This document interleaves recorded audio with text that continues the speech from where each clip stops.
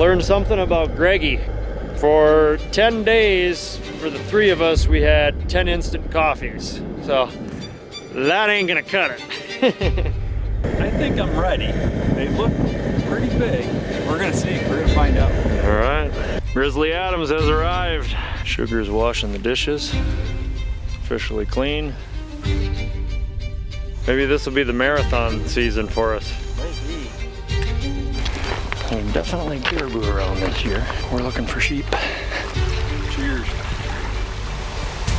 If I pull the trigger now, then we get lucky on a ram, everything's over.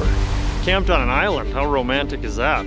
Gruel, it's what's for breakfast. At least we know we won't be eating any Teflon because there's none left on that thing. We never remember being comfortable and content, but we often remember being cold, wet, and miserable. We're glad that we're hunkered in, not up on some mountain, soaking wet, freezing cold, eh? That's for sure. Kind of cool. Marry your wife under. Yeah? Yeah. Either that or hide from her. Spend as much time up here as I can. We're fogged in once again. Just gotta wait till she breaks and off we go. He's kind of seeing the writing on the wall. He's getting a little nervous. Time means nothing out here. He's legal. Nice. What do you think, Whit? Let's go get him. We're gonna try and go up that way.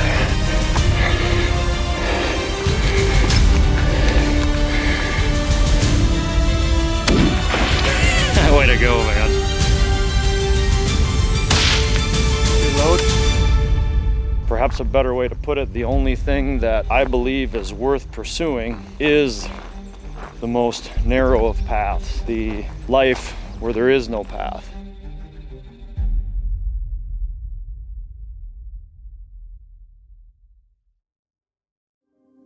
This film is brought to you by Onyx Hunt, the #1 hunting GPS app.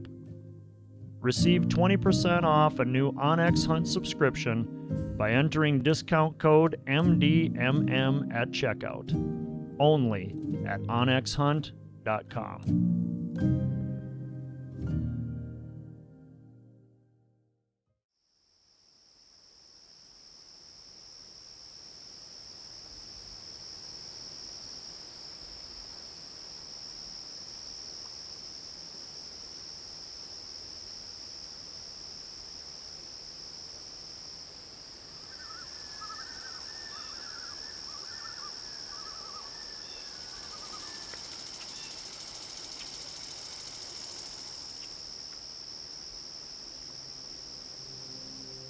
After 43 years on this earth, I've come to realize that I'm an adventurer.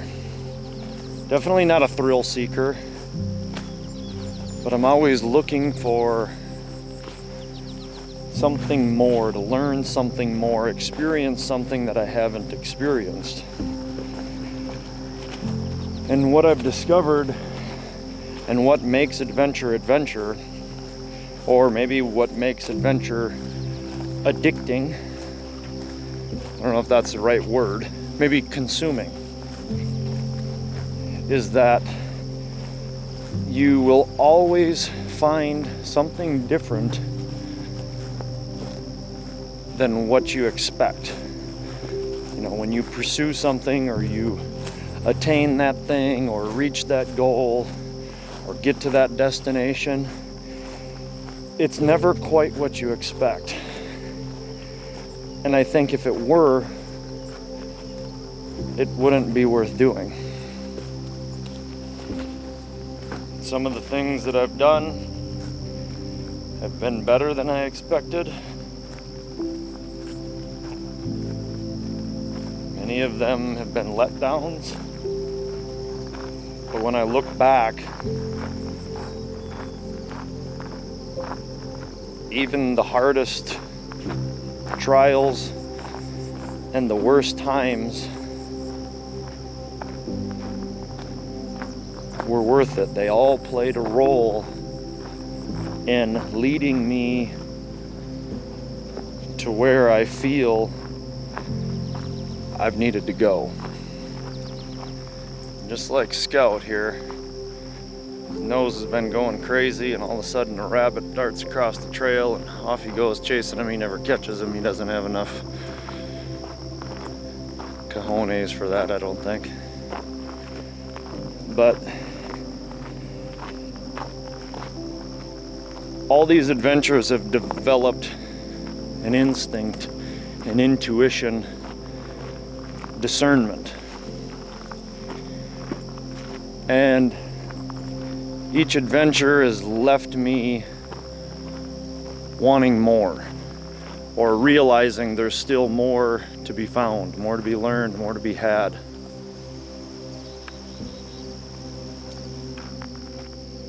And as we go through life, we always come to various crossroads. And in the wilderness, as we delve deeper, the path always gets more narrow. As we climb higher, it gets more narrow. And I feel if you're doing it right, eventually the path disappears. And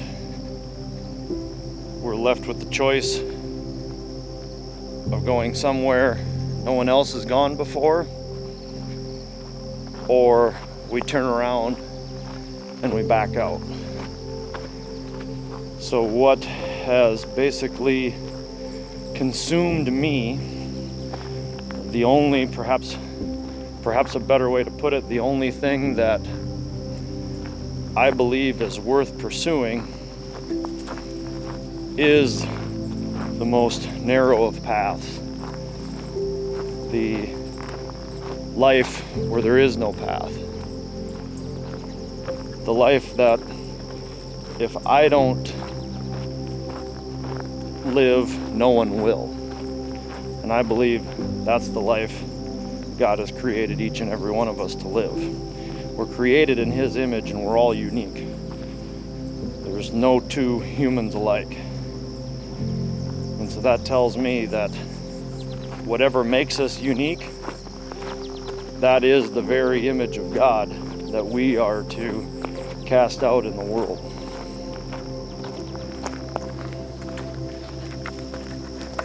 Today I leave my home and family behind, hopefully for over 2 months. I'll be in the Alaskan wilderness. It'll be my 24th fall of guiding. And I have a unique set of challenges ahead of me. In some ways, I've never been more, I don't know if I have fear at this point. I'm definitely apprehensive. I realize that I'm very vulnerable. I've been battling some physical issues, got a muscle imbalance in my body. Found out this winter that I'm guessing it was 20 some years ago that I fell out of a tree stand and have a compression fracture, and a couple of my discs in my back, one in particular is about 40% the size of what it should be. And through many seasons of packing heavy loads, poor lifting mechanics, shingling roofs, sports, life, all that garbage, my body's not what it used to be. I haven't picked up more than a 20-pound dumbbell in 2 years. My physical strength, I wouldn't say that they're over. I'm still clinging to hope that I can regain most of that, but my self-sufficiency has dwindled. And I don't know if I would change that. As many struggles as that's led me to, that has caused me to pay more attention It's definitely made me a better hunter. I think it's made me a better person, a better father, a better husband, because I can't do anything and everything anymore.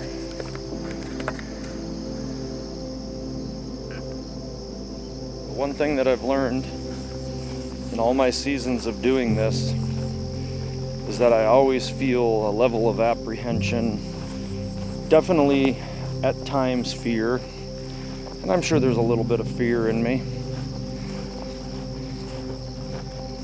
But when I get to the Alaskan wilderness, every time I get there, my physical pains and ailments always subside. And the longer that I'm there, generally the better I feel. I'm not proud to say, but I believe that it's because my cares and anxieties of worldly things subside. Scripture says that we are to cease striving and know that He is God. And in the world, I think all of us, me in particular, we try to control everything, do everything, and be everything. And that is unattainable. That is a lie. That is something that we can pursue forever, and it's totally fake. It's not real. It will never fill us. I've done it enough to know that it won't. There's still ways in which I do it to some degree, and that's what I'm trying to eliminate in my life. What I want to do is follow only God's path and follow Jesus Christ and His Holy Spirit, and leave all consequences to Him. Scripture says that the kingdom of heaven is like the wind. We hear it and we know it's there, but we don't know where it's coming from, and we don't know where it's going. And so it is with those who are born of the Spirit. As we're hunting, we go on a stalk when the conditions are right. But sometimes conditions change, and we have to alter our course or sometimes stop altogether. And that only comes through discernment, through trial and error. And what I've learned through all my trial and error in life is that God's path, the narrow path, and the places where often there is no path, that's where life is found. And that's what I'm setting out to do, is to follow that path. My guide manual is the Holy Bible, which I believe is the inspired Word of God. And to this point, as hard as it is sometimes to trust it, whenever I've laid my whole undividing faith in it, it's never let me down. And my whole life, I've questioned basically everything. So I pretty much learn everything the hard way. But one verse is that when we are weak, He is strong. That it's a given that we have to be weak. That's where God wants us, because then, only then, will we ever find His strength. And right now I'm going into the Alaskan wilderness the weakest I've ever been. I need His strength more than ever. And I believe that even though I'm the weakest I've ever been, I'm not as fearful as I've often been, because I have found bits of His strength. And He's never let me down. this season I'm gonna need more of it than ever. But I'm confident that it will be there. So as I leave my home and go into the unknown, the last frontier,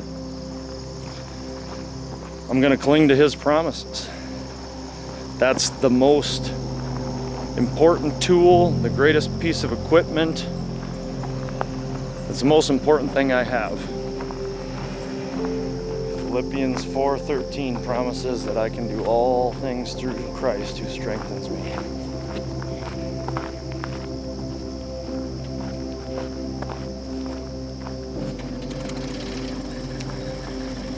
Over the course of the next 65, 70 days, I'm gonna need it.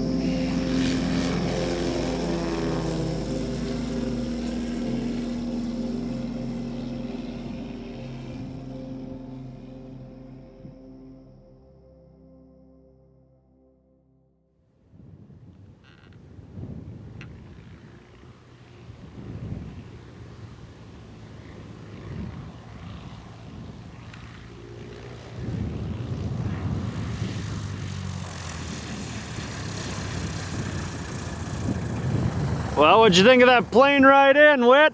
Pretty awesome. Beautiful country. Yeah.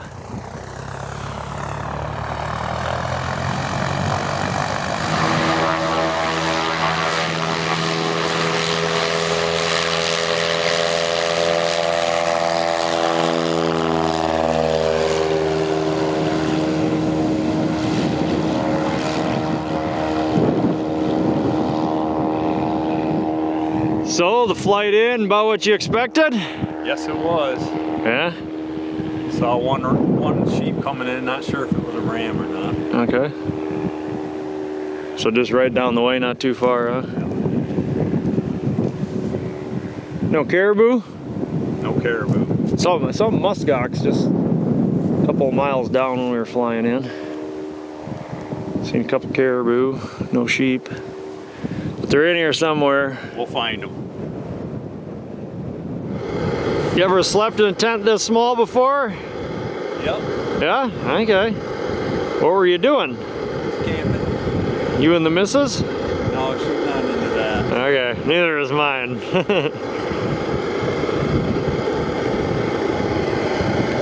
We are boiling hot dogs. Courtesy of young Mason, he had a young buck was in here, he had a caribou hunter and they whacked a caribou over there, so I pilfered through his groceries. Got 4 eggs from him, a little bit of cheese, half a load of bread, a few snacks. So we're pretty much walking in tall cotton. I learned something about Greggy. Greg has been in camp for a month, kind of babysitting the camp, getting stuff ready, and so he put all the camps together. For 10 days, for the 3 of us, we had 10 instant coffees. So that ain't gonna cut it. So we put in a resupply order here, so Greg will be coming out probably tomorrow or the next day, and so we should get a little more coffee.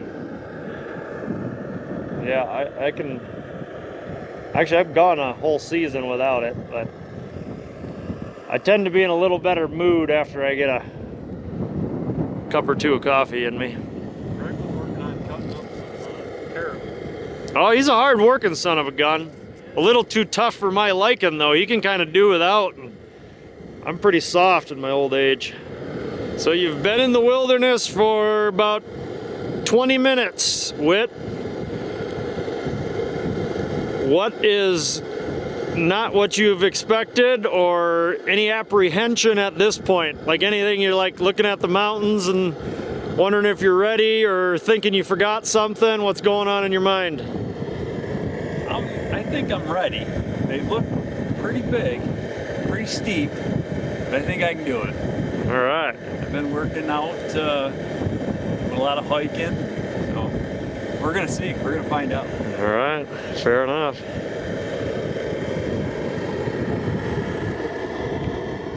All right, we're gonna catch them down low. Taking a drink out of the creek. We've got some exciting Billy Molls hosted adventures for 2026. First, we're going back to New Brunswick to fish giant lake trout by morning and hunt black bears by evening. I hosted a group here last spring, and because it was so well received, we're doing 2 weeks in 2026. So join us June 7th through 13th and June 14th through 20th. 30 inches, nice! Next is the ultimate Alaskan fly-out, fly fishing adventure with Rainbow River Lodge. The dates are June 27th through July 3rd, 2026. This place has to be experienced to be believed. Excellent food and accommodations, top-notch guides, lots of bear viewing, and truly world-class fishing in some of the most pristine waters in all of Alaska, and so much more. Yes! Woo, that's huge! My daughter and I did this trip last year and we had an absolute blast. So be sure to check out our website and shoot us an email, as many of our hosted trips fill up in weeks, even days. A huge thank you to everyone who's joined us on our hosted adventures. We've got many more in the works, and I hope someday to share a campfire with you.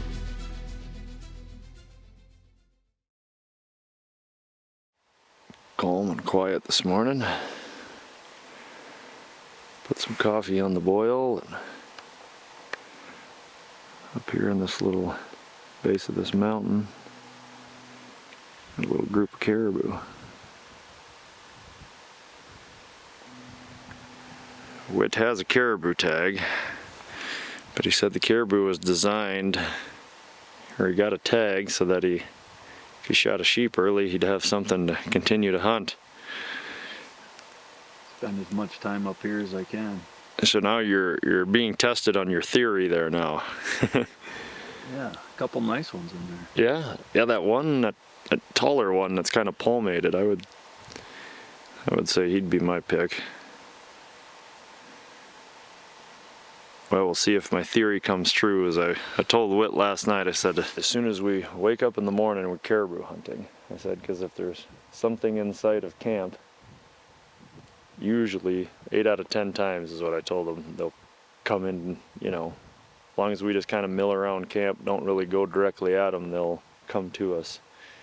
Because they're curious. If we're a grizzly bear, they want to know it. If we're a caribou, another caribou, they want to know it. As long as they're in the open, they're pretty safe. So they're kind of working their way towards us right now, but we'll see what they do. Well, I hope the sheep are this easy to find. Maybe when the clouds lift, there'll be some sheep watching us too. I've had it happen before. Actually had sheep on this mountain right here several times. Alright, so bring us into the psyche of a hunter from New York on his first morning in Alaska with a caribou tag in his pocket. And you've got a handful of respectable bulls probably, 500 yards away. And here all we're doing is drinking coffee.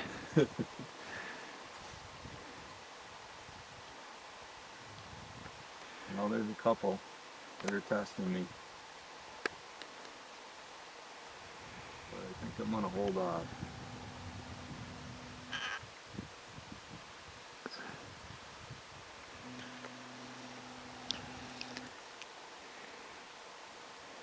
Waiting for a bigger one, or just don't figure you need to spend as much time here as possible. If I pull the trigger now, and then we get lucky on a ram, everything's over.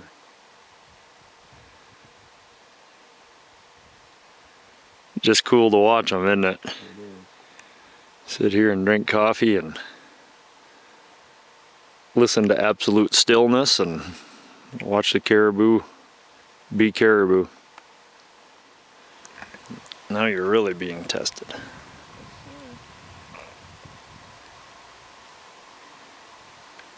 150 yards away.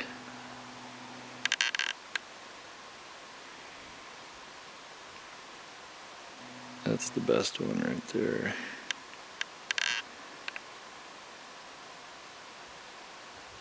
So, am I crazy if I pass something on like that caliber? I don't know if I'd say you're crazy. It's the 8th of August, so 2 days before sheep season actually opens. Whit and I are just going on a little hike. More of a process of elimination, really. Gonna check this drainage out. We're gonna hike over there and just glass up in there. We'll see rams in here once in a while. But our main focus is gonna be to head up the draw there where our base camp is. Anything turning your crank in there? Oh, there's the one. Do you see the fourth one on the left? I'll check them out. He looks a little bit wider than them other ones. My man made another pass. They're getting tougher and tougher to pass up though. They are. I think you made the right call. Yeah. He was pretty nice. If he had a little longer main beam, I think he'd have been in trouble, but the hunt is young. We're only first half a day. Not even noon, day one, so we got, what, 11 or 12 days? Yes. So we got all kinds of time.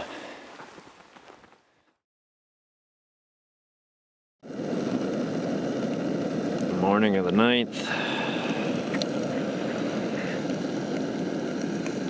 Whit is pretty much packed and ready to go already, and we haven't even eaten breakfast. A little excited? Yes, I am. What? Day before the sheep opener. That's a good thing. Lightening the load though. Bill said I'm too heavy. Take that out of the pack for 5 days. When's the last time you remember being perfectly comfortable and content, Whit? How many days have I been here? Well, my point is, we never remember being comfortable and content, but we often remember being cold, wet, and miserable. Next turkey said yeah. So you're about to have an adventure. Got my rain gear out yet. We heard well, Whit heard it. I'm 90% sure I heard it as well. A wolf howling in the fog. It's kind of breaking up now. So we're gonna pack up. Greggy isn't here yet, our packer extraordinaire, but we're gonna load stuff up, head about 2.5 miles right there and set up our spike camp and then hike up this drainage. We actually got a ram up it last year, but we'll go a few miles up it and poke around, do a little scouting. At our Magnificent 7 band of bulls we saw yesterday, they were right in the same spot. Not very often that you can pattern caribou, but they seem to be doing the same thing. So we're gonna cook some bacon and eggs. Probably bring that along with us. Load about a 5-day outfit. Go see if we can find some rams in these mountains. Napoleon said anything that can be miscommunicated will be miscommunicated. So I got a note here for Greg of where we're going and what he needs to bring. I think I got it airtight, but we'll see. Greggy's a pretty sharp dude. He pretty much knows where we're going, and I got everything he needs to bring in a game bag, so I'm hopeful we got it simplified. Worst case scenario, I guess we'll have to hike a few miles back and grab it, but we're heading up there and gonna drop our stuff where we'll be camping tonight, and then we'll take off, do a little scouting. How many years have you been planning this? Or dreaming about it? Thinking about it? For probably, 20 years. It's finally coming true. Alrighty. We're off. We had a little rain move through for about a half hour, hour or so. Set up our TP at our first spike camp and headed up about a mile or so.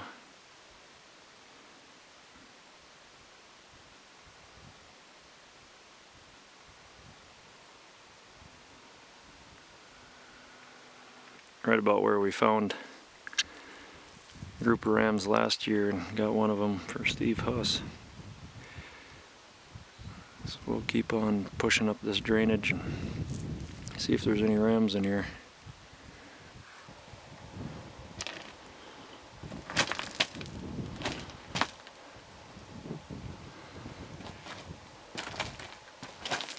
Kind of cool. Marry your wife under. Yeah? Yeah. Either that or hide from her. That's pretty cool. Oh, it spotted 3 more ewes.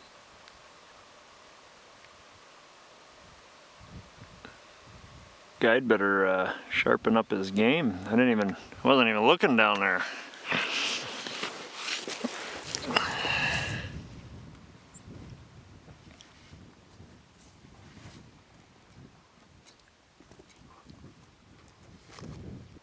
So here's these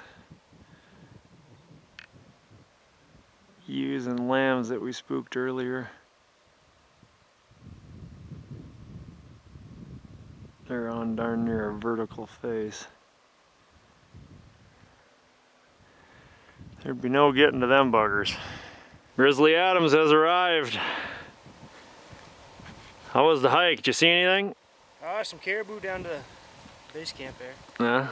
One was, I don't know, 100 yards, 150 yards. Came right across. Yeah. Yeah, we darn near busted one on the strip there a day or two ago. Yeah. There's a couple more way out. Well, good to see you. Well, we just got, well, you probably saw us just getting back here a little bit ago. I did. Oh, I saw somebody standing here. Oh, yeah. Yeah, we hiked up that drainage there and saw some lambs and ewes, no rams. Yeah, nothing up in House Valley. No. You can run, but you can't hide, sugar. That's right. So last year was day 1 and day 2. What goes around comes around, so maybe this will be the marathon season for us. Might be. Hope not. Any predictions for us, sugar? I liked your first one. I think right over the hill here, we're gonna get into it. All right, I'm hoping you're right. Ooh, we're boiling. It's gonna burn my hand here. Yep. I was just kind of admiring our setup in here. It looks pretty cozy. A little different on the days when it's raining and we throw this thing up in a hurry in the dark, and yeah, and then it doesn't look so pretty. But right now I'm almost thinking we should take a picture of this. It looks so neat and pretty, orderly. Really neat. This side? His side. Oh yeah, well, that's why thing looks like it was pressed and got his boots all lined up. It'll take him about 10 minutes and he's ready to go hunting. Sugar's going with the chicken and mashed potatoes. Well, she opens tomorrow. Are you excited? Yes, I am. I'm ready.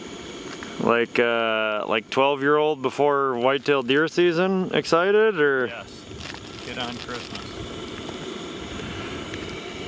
We put on about 9 miles today. Not most of them we weren't loaded, but about like what you expected. Yep. Pretty much. Yeah. So tomorrow we're going up this saddle, and then got about a 4-day loop planned, and we'll come right back out here.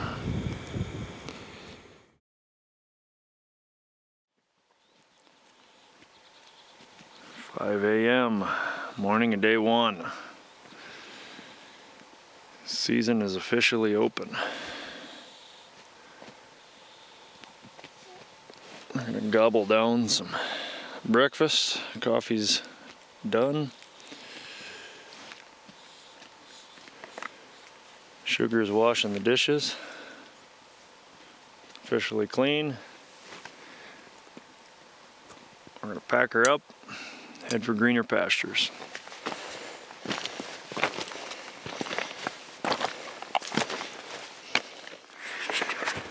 crossing over our second saddle. Sit down in glass for a little bit. Saw some old sheep sign. That's Caribou tracks. This is definitely sheep country here. Well, that canyon was a bust. We left Sugar down at the mouth of it so he could glass this other canyon that we're about to go into, but a lot of ridges and stuff, so a lot of times it's about 10 a.m. so the sheep will be feeding. So if you sit in glass, you'll kind of see them pop up and over the ridges sometimes. Advantageous to know there's sheep in there rather than just hiking up there not knowing what you got. So he's doing that. We're on our way out. And we've basically been hiking non-stop for 3 hours. And most of it with our camp on our back. And I'm starting to feel it a little bit already. Definitely. Feel it in my calf muscle, my hip, back. Pumping fluids like crazy. And I don't even know what verse it is. But it was Paul who said, "When I am weak, he is strong." He boasts in his weakness. Because then Christ's strength will be showcased, I guess. That's not the word he used, but will be demonstrated through him. And I think that's part of the beauty of tackling anything difficult. The Alaska wilderness certainly fits that bill. But you'll find your end limit. You'll be pushed past your comfort zone. And that's when the seeking almost happens automatically. And that's where, this is where I believe and why I believe that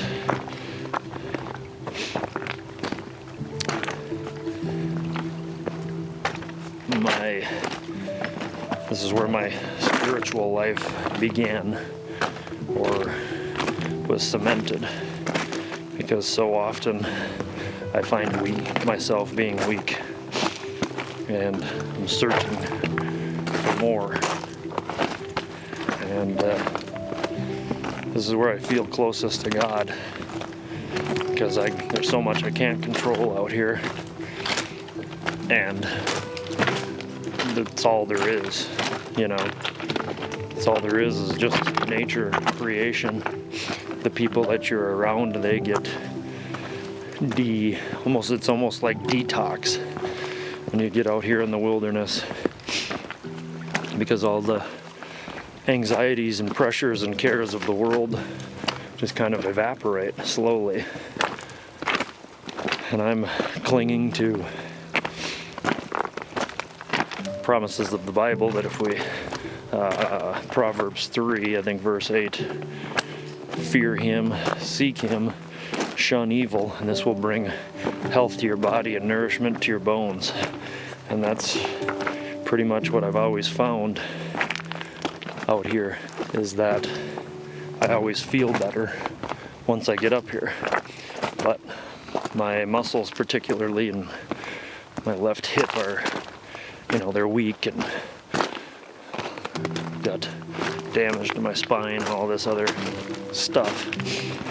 But I don't know, somehow when I forsake everything else and just live the present moment, drink lots of water, sleep good at night, basically walk away from the stress of the modern world, I do heal. I feel more connected with God. I do feel strength and health, nourishment to my bones, even though I'm, eating 4,000 or 5,000 calories a day and burning 7 or 8. I feel stronger. Spiritually, I just, I'm soaring, and the body follows.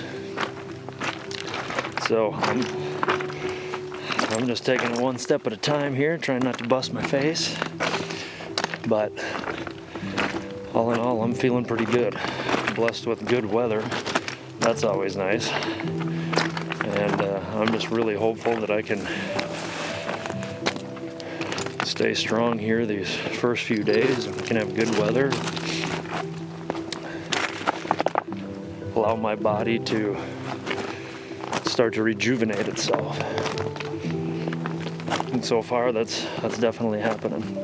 Definitely feeling some pain, soreness, but all in all, feel pretty darn good. We just gotta find Wit, our ram.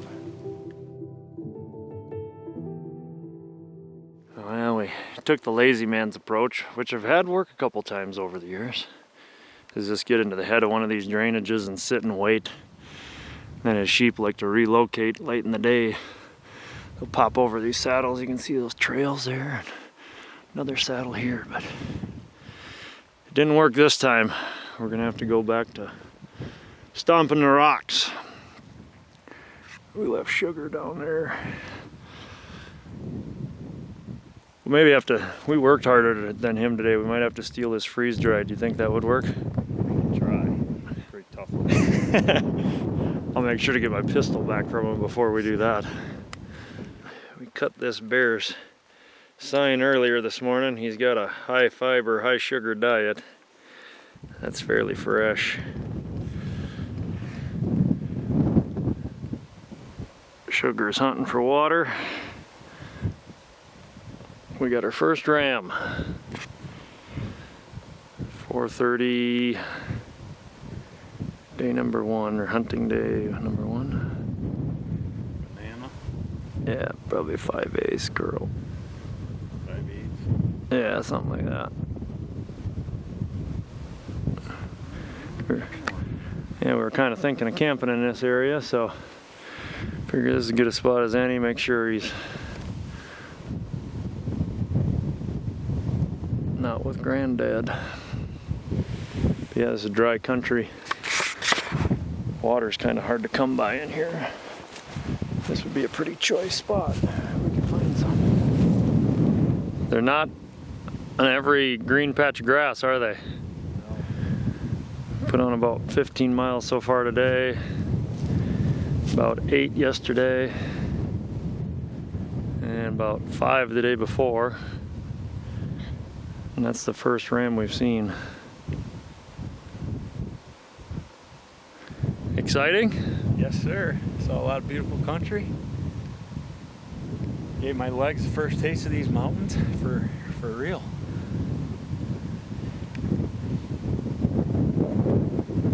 Yeah, I'm feeling it. I'm hoping for water.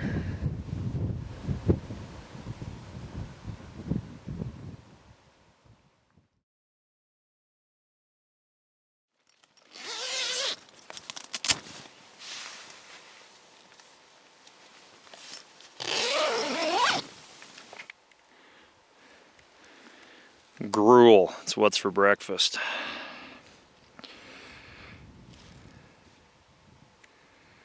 Woke up at 4 o'clock this morning and I think I could just barely see that willow bush. 9 in the morning now. It's definitely taking its sweet time. Forecast for the next 2 days, am I in reach? 10 to 40% chance of rain. My observation is that 40% means 100%. Kind of gives you an update by the hour. It's at about 7 p.m. supposed to rain. So it'll probably be cooling off and the ceiling will drop with it as well. So we're just biding our time, eating, relaxing, chilling until she lifts and we'll be off and running. Sugar's confident he's rolling up his fart sack. 10:30, first peak of sun. She seems to be lifting. It's probably not what you were hoping for day 2 of your sheep hunt, huh, Whit? No, it's a little discouraging, but we'll get through it. Yeah. It's all part of the experience. That's right. That's why they're 10-day hunts, I guess. Thought we had her whooped, but clouds seem to be hanging tough, and we're getting a couple drops of rain here. About 1 o'clock. Well, we're busting her down. Whit and I hiked up that canyon, saw nothing. Sugar poked up that canyon where we saw that small ram yesterday, saw nothing. This is the best the weather's been. Wasn't ideal, but we could see pretty good. I didn't really have high hopes for that canyon anyway. So we're gonna go about 2 miles up there, and that first drainage on the left, that big one, that's eventually where we're gonna head up. So we're gonna get 2 miles closer, and then tomorrow morning, or as soon as the weather's good, we got about a 4 or 5 hour, half day hunt up at the head of that drainage. Then we'll come back, grab camp, hook around that drainage to the left, which roundabout will lead us back to where we started from. So that is our plan. Find some sheepies and hopefully get some good weather. We've been seeing these guys' tracks everywhere.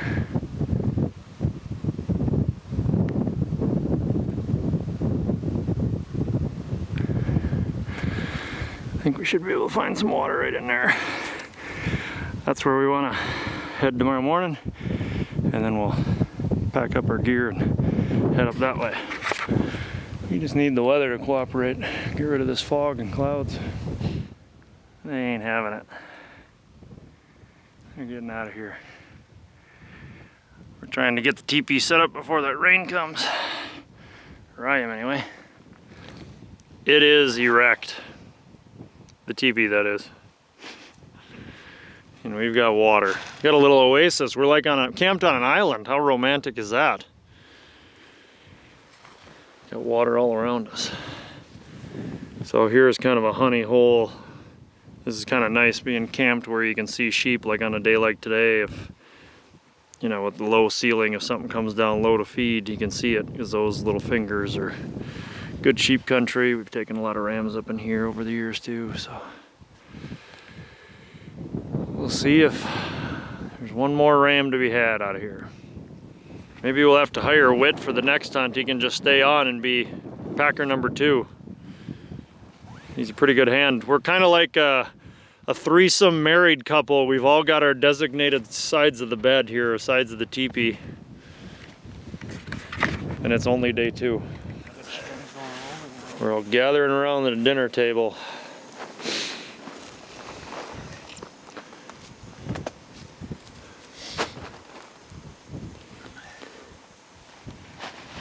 Well, what do you think of camping spot number 3? I like this spot. It's nice. Actually, nice 4. Spike camp number 3. I think that's why I like this style of hunting. It's kind of like you're always doing something new. I feel like a kid.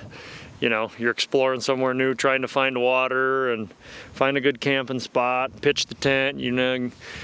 I started laying out all the pegs, and the guys started grabbing rocks. We had this teepee up in about 5 minutes?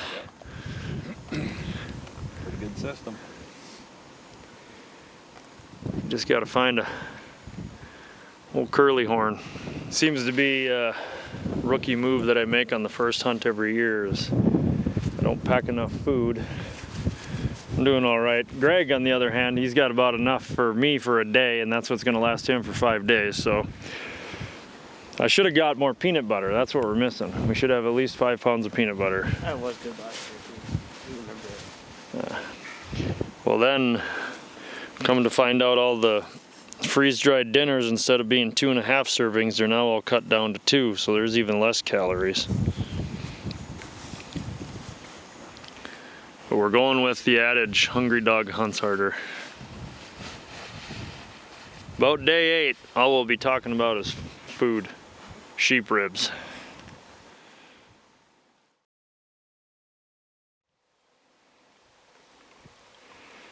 "9:30 a.m. Had a little bit of snow last night.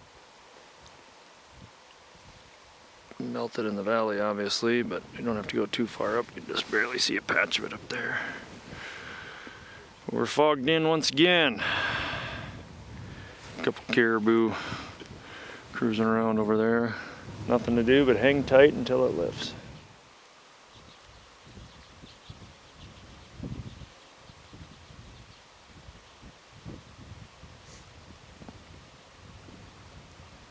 lucky we ain't a hungry resident.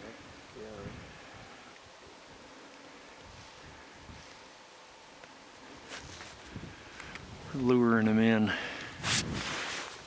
Got a game bag flopping in the wind.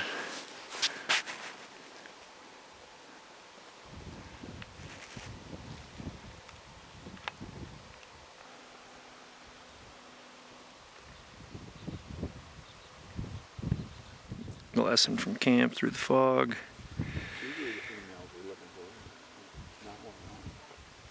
Spotted 3 sheep.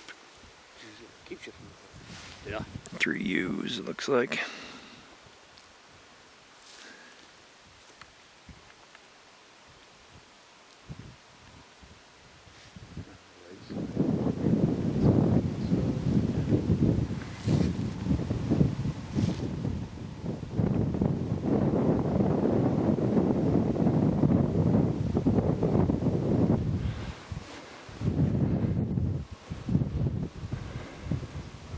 One young ram, and I think the other 2 are ewes. Tough to tell in the fog. Hold up that encyclopedia you're reading there, Sugar. It's like a 3-pounder. Yes. We were gonna use that last night to keep the teepee down, but Kind of mistakes in it. it's tough, yeah. Huddled in the sleeping bag, doing a little reading on the Book of John. Getting pretty well condensated in here. About every 5 minutes I get a drip in the face to keep me from falling asleep. 2:20 now. Doesn't seem to be lifting. So we're just biding our time, riding her out. Can't fight it. Just gotta wait till she breaks and off we go. This is a pretty cool way to wake up. I still don't even have my pants on.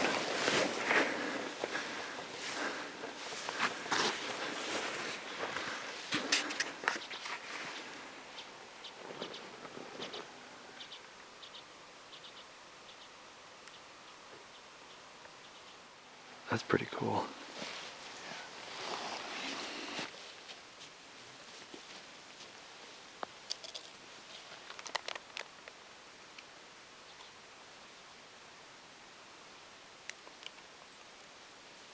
Well, Whit, you're a man of few words, but I'm gonna try to pry a couple out of you right now. Morning of day 3, where are you at? What's the inner dialogue? Today's 4. Touché.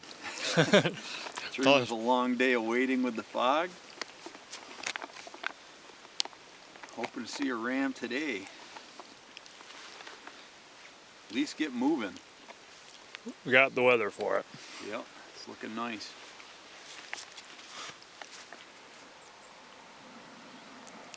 Got a lone ram, about 3/4 curl.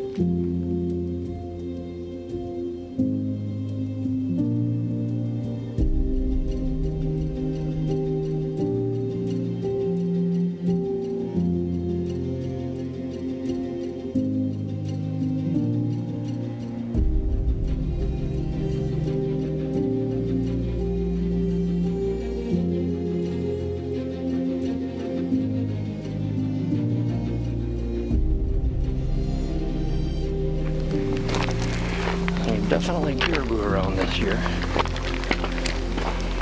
Seeing them every day. Pretty much all bulls too.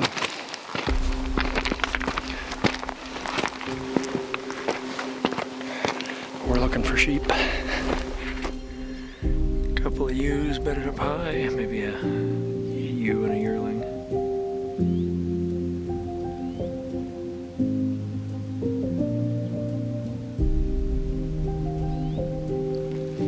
Ready for some water.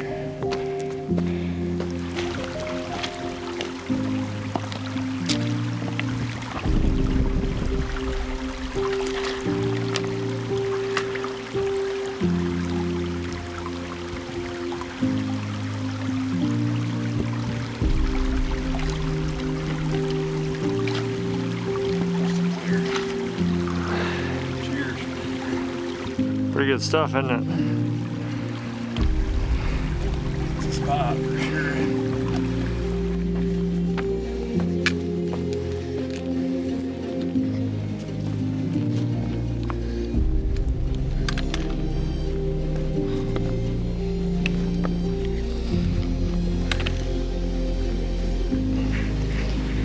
We're up here in this rocky cut. Spotted 2 sheep. That's a ewe there, there's another one.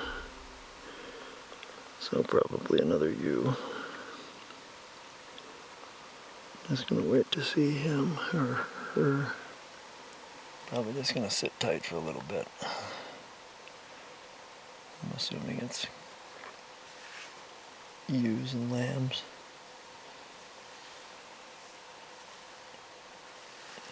Once in a while rams will be with ewes, but very, very rarely. We're seeing more lambs and ewes than normal, which I guess is good for the long term, but Whit's got 10 days. He'd rather be seeing rams. I've been telling Whit there's no such thing as a epic one-day sheep hunt. So we're putting some miles in here. We haven't even come close to seeing a ram that's full curl. 4 p.m. on day 4.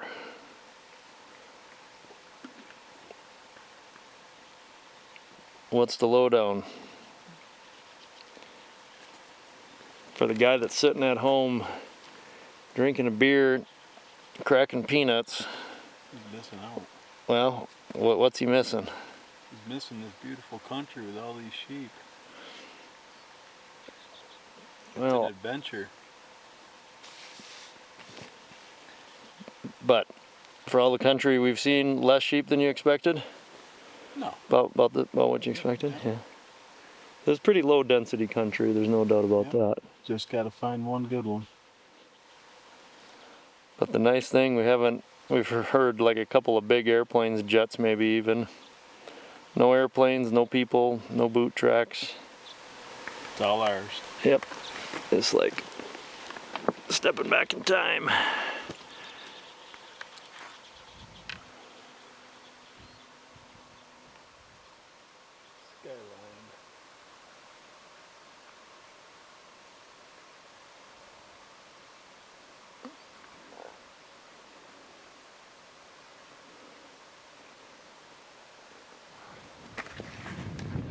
Well, day 4 is winding to a close. Put on a lot of miles. Guessing probably 15 anyway. Probably at least that. Got a couple little pockets we're gonna check out. Spike out for the evening, check one more spot. What are we gonna call you? Grizzly Norris, because there's already a Chuck Adams. He's a gay love child of Grizzly Adams and Chuck Norris. So he's Grizzly Norris. Yep, spotted, looks like 4 ewes and a lamb, 3 ewes and a lamb, and 1 young ram, yearling. Gotta find them big old boys. This is usually ram country, I think, but them old snags are rousting out the boys, screwing up their bachelor parties.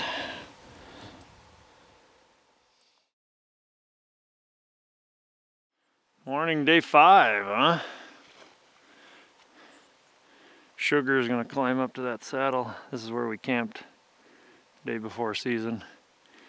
We're on our way back to our base camp down there. Saw a really nice herd of caribou over there. About 15 bulls, a couple of good ones. Whit and I are gonna go back here and check this out here. The one guide was caribou hunting out of that camp before I got here, and he said he saw a ram up here that was that's right at full curl. Said he wouldn't have wanted to call it either way, but we never did see him, so we're just gonna poke back up in that canyon right there this morning and then reconvene with Sugar. If we don't see anything good, head back and try to get moved into some new turf.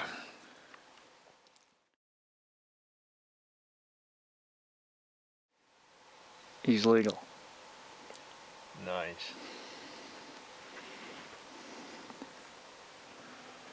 There's 3 of them there. The middle one. He's the upper one bedded.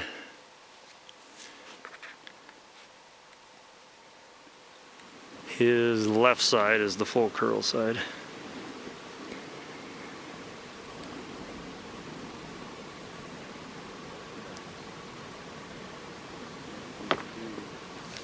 Yeah, he's nice. Yeah, he's well past full curl.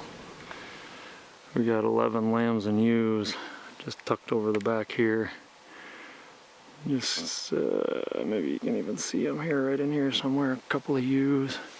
We're headed that way. So our base camp's right around the corner, or spike camp rather.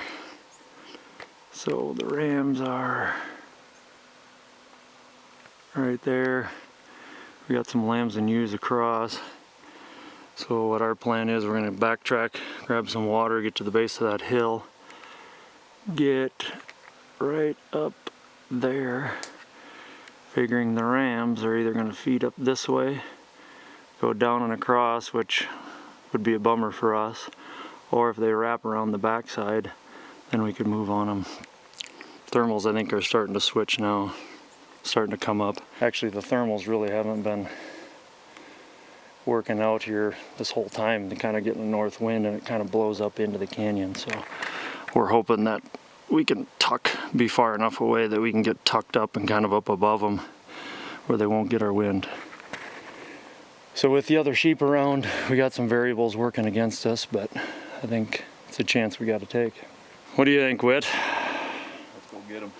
Give her a shot, give her a whirl. Anytime you try to do something, there's always a chance of failure. You just got to minimize it, but at some point you got to go for it, and I think it's a pretty good shot, so I think that's what we'll do. Yeah, I've never come back to an area like that before, but I just had a hunch. I know there's a lot of country there in recent years. That's been a good ram hangout. We checked this the day before season. Didn't see them, that's for sure. Saw lambs and ewes and a young ram, I think. All right, made it to the rams around the corner. Here's some lambs and ewes.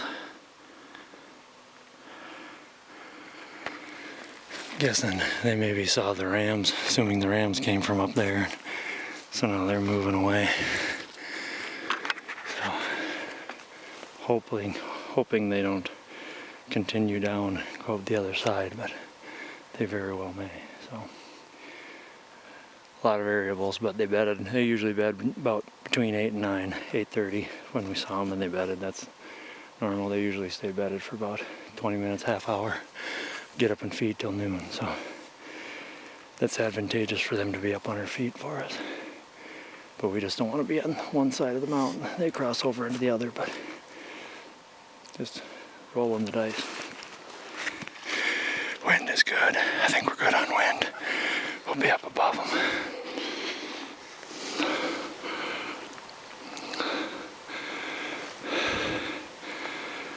probably gonna poke right up there. Rams are probably 700-800 yards, maybe not even that far on the backside. Rams are right down this ridge. They're still bedded right where we left them. So we're gonna slip around here. If they come feed in here, we got them. If they go down to the bottom, we should be able to get a shot. Maybe move a little closer. So we're just gonna sneak down there and get width set up.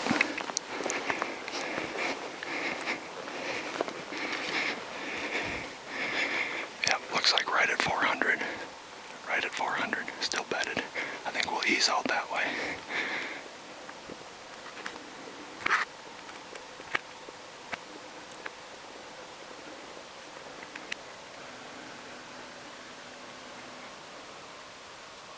There was a ridge right below them. That's what it was ranging. That's 400, but it's actually a little gap in between them. They're 540. That's a little too far. They're still bedded. Almost 10 o'clock, they should get up pretty darn soon. If they come to us, we're sitting pretty. If they work away, we're gonna make our move. One of them got up and moved. There's a fourth one in there. Saw him down low. I'm guessing they went the other way. Either that, if they came this way and tucked in this draw, yeah, it looks like they're going the other way. We're gonna have to skedaddle over there. They're wrapping around the other side, so what we don't know is if they're going to grade down or go up. So I think we'll probably just grade right at them. Wait for that last one to boogie.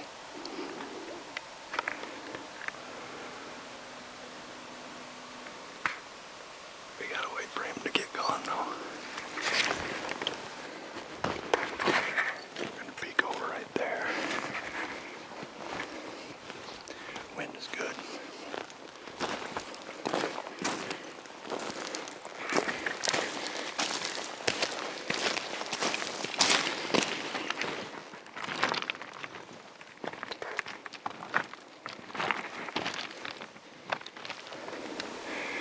Just leaned forward. We got a little ram right here. Just saw one more sheep right there. So they should feed out right there. 250 yards. Well, we've got at least 7 rams in here. One down there. I don't know if he's all by himself or kind of tagging along here. And there's no way for us to get above. I don't think. Definitely can't get above them without them seeing us. So we just gotta stay put. Now we got these 3 runs. One that was over there joining these. They're all tucked back around. That looks pretty sketchy. Maybe we can get up it though. Just gonna wait for these 3 to get out of sight and then we'll see if we can get up and above them. Thermals will be coming up, so we don't dare go down and basically get at their level because they'll probably go up higher to bed. So once these get out of sight, we'll try to cruise around that stuff and see if we can make it work. If not, we'll have to wait till early evening, probably 4 or 5 o'clock. It's about noon now.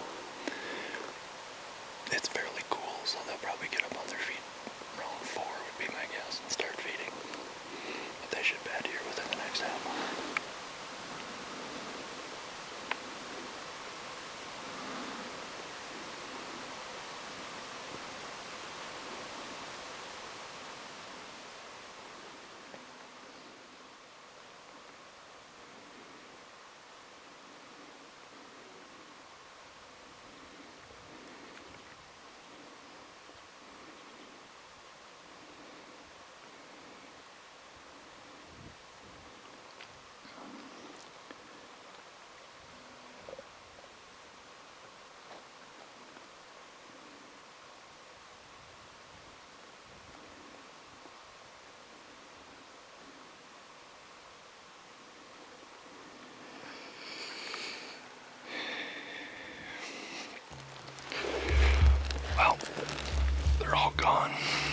think we'll just take it nice and easy, try to find a way to get over top of them. If we can, great. If not, we'll just hang out there for a few hours till we figure they're feeding, you know. I think we're gonna try and go up that way, back around. We're gonna take our time and be safe. Always a good idea to lean into something up here. Yes.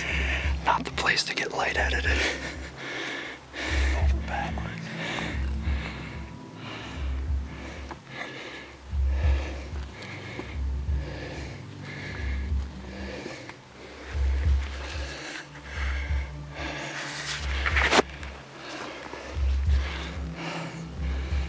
One thing you gotta remember, when you come up something, you gotta remember it's harder to come down it. So, you gotta be careful of that.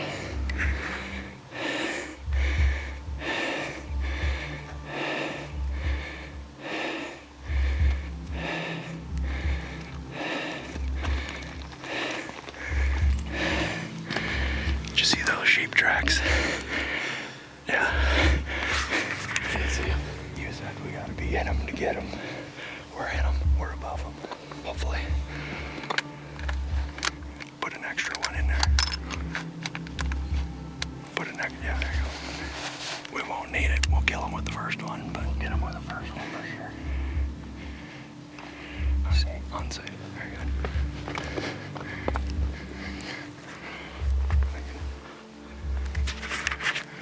Should be good. Wind is good.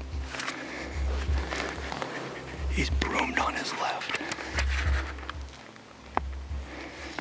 His head's down feeding. He's broomed on his left.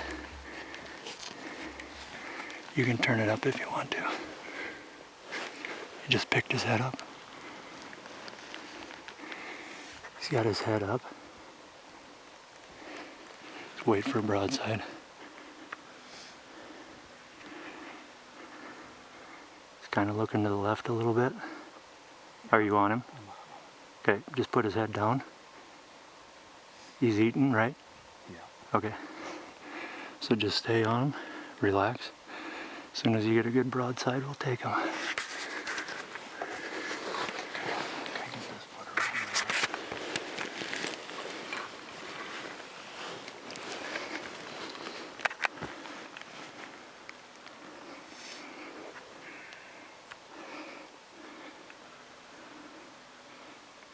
You're dead solid on him. Squeeze it real slow. Just wait, his head's down now, right? Okay, he's walking. He's walking to us, right? Yeah. Okay, that's the one you want. Just stay on him.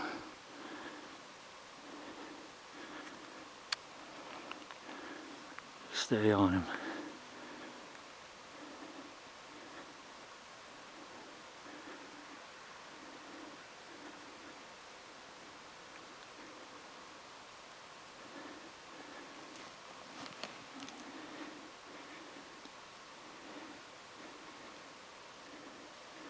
Probably run that one off and then turn. He's the right one, right? Correct.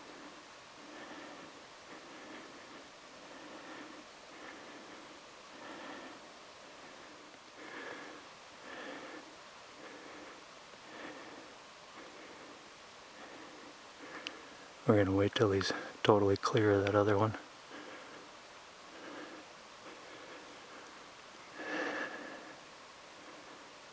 Head down, facing to the left, right? Give him another step or two from that other one.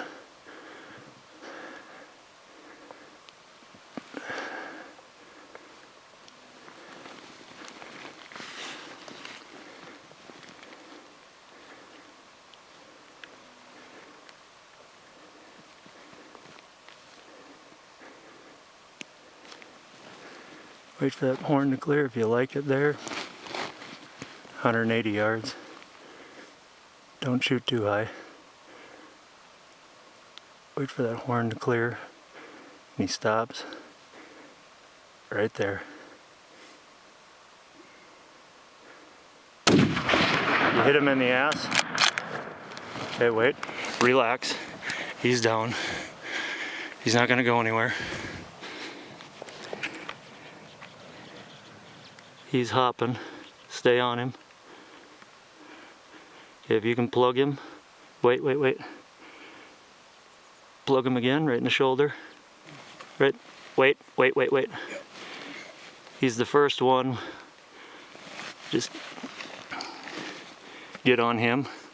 Wait. Just wait till you see him stumble so you know it's him, but I'm 90% sure he's the one on the left. Far left. Yep. Okay, you can hit him. Wait. I think you hit his horn. You just need to relax. You need a better rest. Yeah. Did I hit those rocks right here? Nope. I think you hit his horn the last shot. Oh, that's not good. Character. Alright, he's the rocks right underneath him. He's all alone. There's one ram to his right. Right behind the front shoulder. There, you got him. Drilled him. He's dead.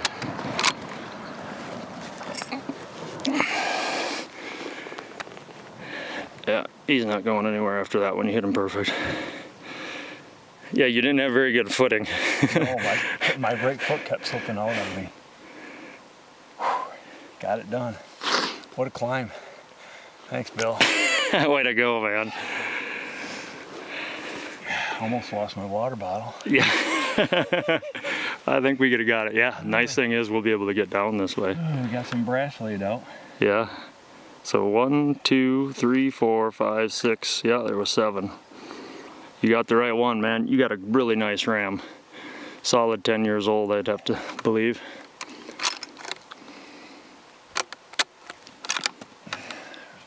We're empty. Wow, dream come true right there. Hit him back on the first shot? Yeah, right in the ham. Wow. I must have been nerved. I was right on his front shoulder.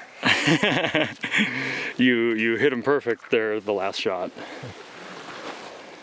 Yeah, I could see a little nerves playing in that one. Probably nerves left over from the climb. I was worried about that right there. I thought I was kept trying to push forward. Oh, okay. I was gonna hit that. Yeah, I think, well, I didn't figure it was an issue, but better safe than sorry. Thanks, man. I appreciate it. Way to go, man. You worked hard. Day 5. Yeah. I was just telling Whit, not many guys can, yesterday we had a pretty strong day and you never slowed down.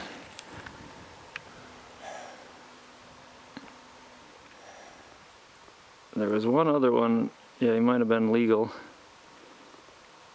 but he wasn't as massive.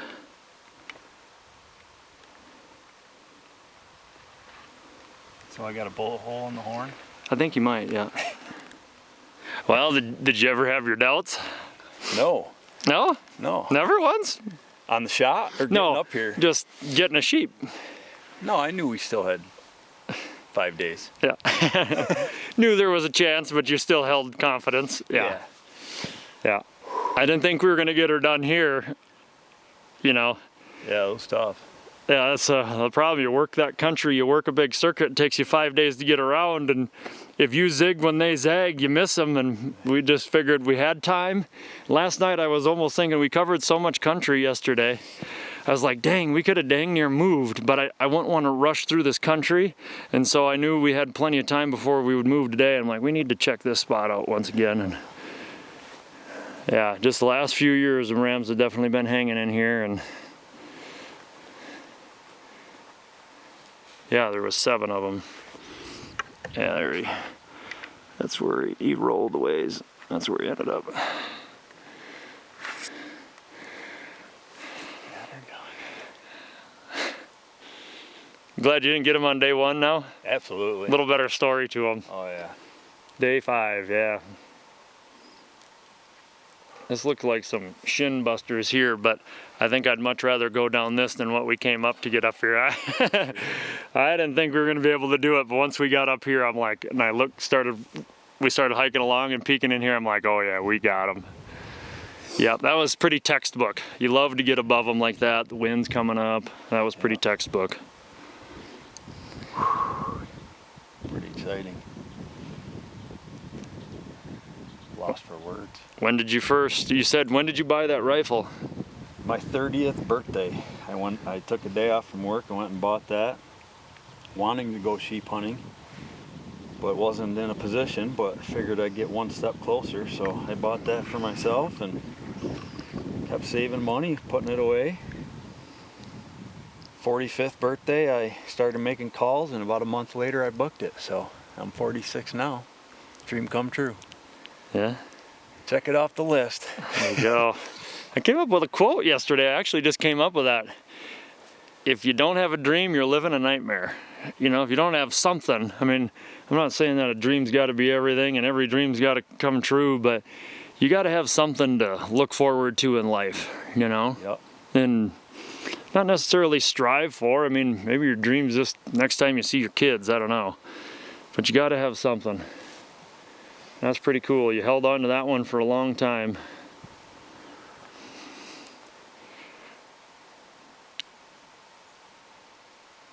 Look at this place. Beautiful. Now I'm kind of glad we had to make the climb now. Get this view. Kind of a textbook sheep stalk, really. You know, that's kind of the way you typically try to go about it. The wind, the thermals were coming up, but the wind was blowing this way, kind of out of the north, so it was going to be way too risky to try to come from below. You never want to do that anyways. And we found a little seam to get up in here and it worked.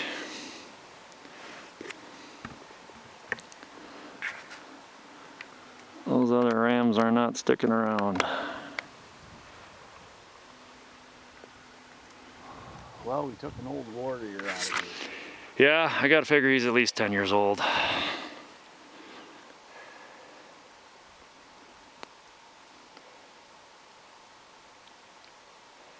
Feel like a kid on Christmas. Awesome. I'm gonna go pick up my brass.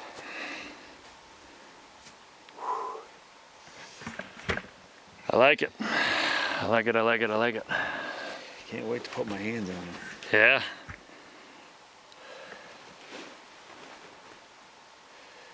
Shh, shh, shh. Oh, Greg's down there already. No way.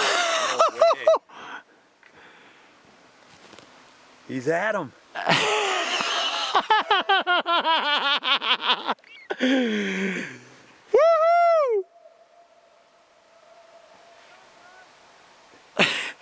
Woohoo! What the? No, that's a packer right there. Well, that's what I was kind of thinking. I'm like, I was kind of glassing down there. I'm like, I hope he doesn't come walking up in here without hearing us shoot. Boy, then I'm glad we didn't wait any longer than we did. They'd have boiled out of here. I suppose maybe he probably saw him maybe from down there. I did shoot his horn. Yeah. Can you believe that? I heard his voice and I'm like, it sounded like he's over by the sheep, but that can't be. We literally just shot him, what, 10 minutes ago? Yeah, the first shot. Yeah. And he's down there already. The deal was that if we didn't come back in like, whatever, 3 hours, we said we will hike up there an hour, sit an hour, and come back. So about 3 hours. And I said, if we're not back, you know, just come. I said, but we'll shoot every hour or so after we get one so you can for sure hear the shots. And yeah. But he knew this was the canyon we were going in. He might have been watching it when you shot him. He might have been. Oh, shoot. That's pretty awesome. That's way awesome. I gotta think we got some water close by down there too. That's pretty awesome as well. Ah, congrats, man. I'm happy for you. Nicely done. These lambs and ewes were the first ones we spotted today. This morning they were right there. Right now, they are up there. If that was the ram we were after, I'd say screw it, let's go back to camp. They are going into no man's land.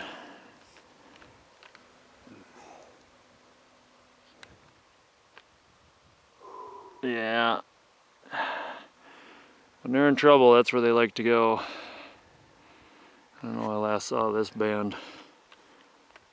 Maybe you could probably see them, but I don't know, they'll either go up that way or out that way. All right, well, Sugar ought to have them all prettied up for us. Sugar. I can't believe it. I was like, I think I heard somebody's voice. He is a wild man. Grizzly Norris. Whit couldn't believe that a fair number of hunters quit. This is why. This can kind of eat you up. It can be pretty scary for guys that aren't used to it. Oh, Sugar, that's hilarious. He must have been right around the corner. He probably saw the ram roll down the hill, I'm guessing. kind of lucky they didn't wind us. Maybe that wind is coming down right now. We just kind of had a little bit of a cool front come in, a little bit of weather. It's supposed to rain tonight, so glad we got it done when we did. So I'm gonna climb down this hill. Lots of sheep scat up here. Climb down here without killing myself, hopefully. Good deal. Day 5. Yeah, we were deliberating taking one of those big caribou, and you know, I wasn't. I didn't want him to, but I said it's an option, but I'd stick with the sheep. And he's like, yeah, we came to sheep hunt. Glad we did, because that would have, we wouldn't have come and checked this canyon out. We'd have shot that caribou, butchered it, and then moved. Glad we stayed put. Is he full curl, Sugar? Oh yeah. Yeah. Oh yeah. Yeah, he's probably 11, I'm guessing. That's what I kind of quick counted. He's definitely, I figured he'd be at least 10. Yeah, no doubt about that one. Holy smokes. Did you see him like roll? I mean, I can't, we were thinking you were back in the main drainage still. I know, I saw them, I come behind this ledge and I see them others go up through. And I was like, yeah, that's cool. And then, so you heard after the shots, obviously. yeah, I was actually way up on the hill and I heard the first shot. I kind of followed where you guys had started to go. Oh. And then I got to that really nasty stuff and I was like, the heck with this, I'll wait till they shoot. Yeah. And then I come down to the bottom and started walking up through and I see them up there. Then I walked like 20 more feet and I see him laying here. I was like, oh, that's it. Yeah. Then there was another shot. And I was like, oh, I guess I better not get too quick up there. Yeah. Yeah. Boy, yeah, he's a beauty. Yeah, he's got some major curl. Nice. Bet you're glad we didn't shoot that caribou this morning. Yes, sir. Yeah. So, day 5. Day 5, it was a grind.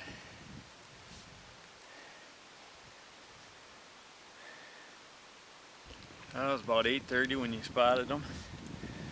You took a little bit and said, well, we got a legal ram. I knew it was going to be a hike. We went pretty good clip there for a while. And then I got real vertical.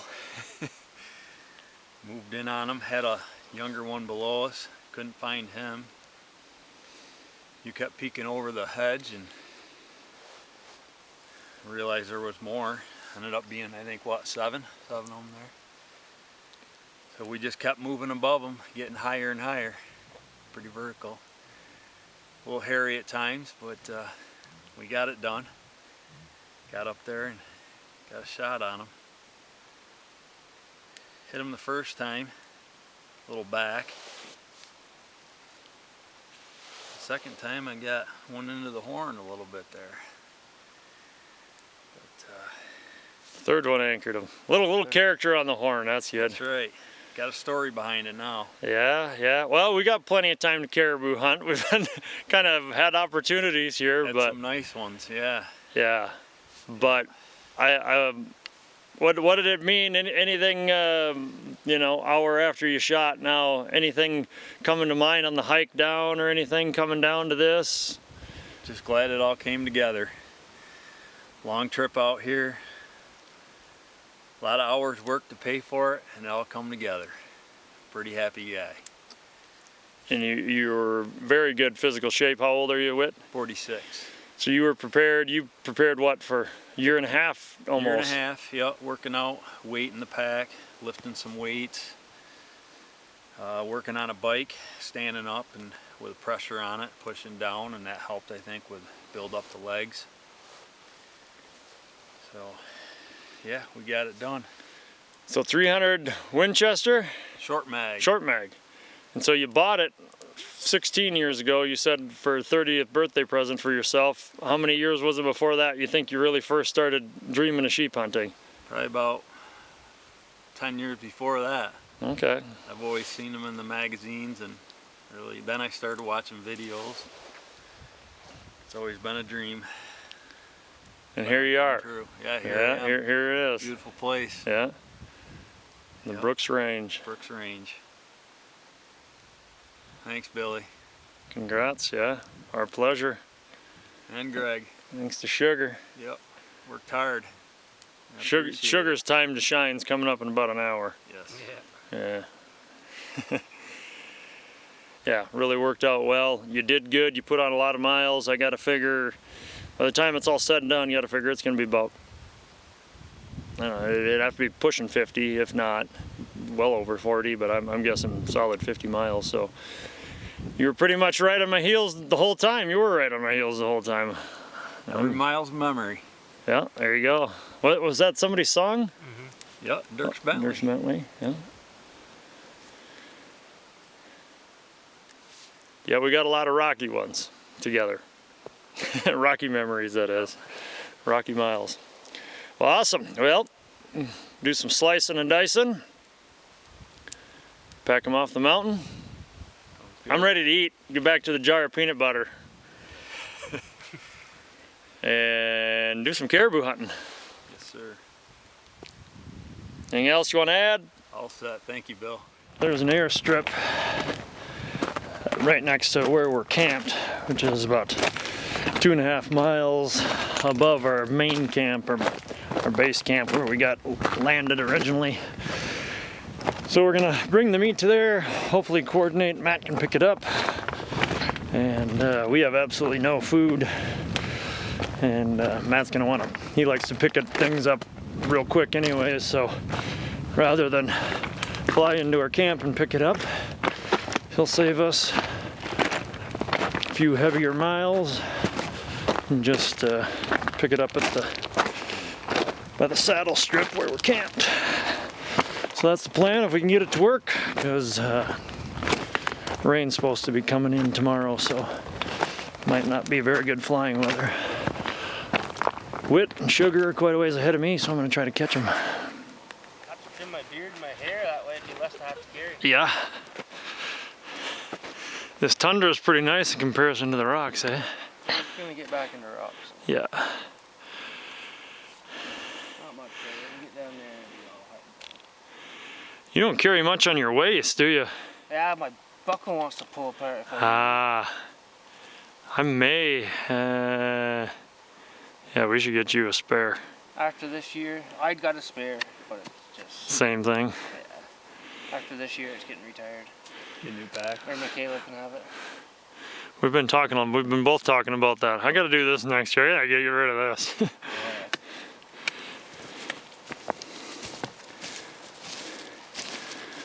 You're an animal, Sugar. Yeah. Huh? We get my Barney's pack. It'll feel like, it'll make 100 pounds feel like 50. Yeah, she's sitting pretty low.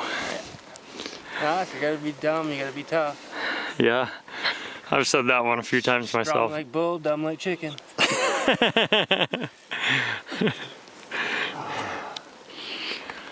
So Sugar was up there and he saw us cutting across this canyon and disappeared behind that rock. He said we knew we were after something. Yeah. So camp's right at the bottom of that hill there. And base camp where all of our food is over there. So I think we're gonna have to make her tonight. Shouldn't be a big deal. Fresh meat. It's gonna taste real good. Sure is. We peeked into a lot of drainages for him.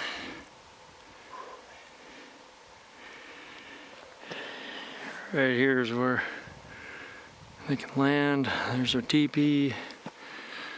Our base camp's down there somewhere.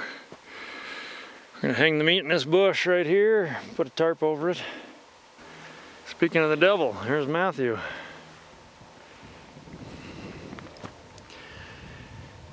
Yeah, I guess we'll just leave her on our packs here, maybe walk her right to the plane. How's that for service, huh? We're 15 minutes early and so is he. You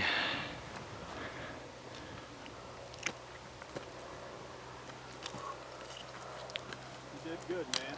Made it. Looks like we're in time.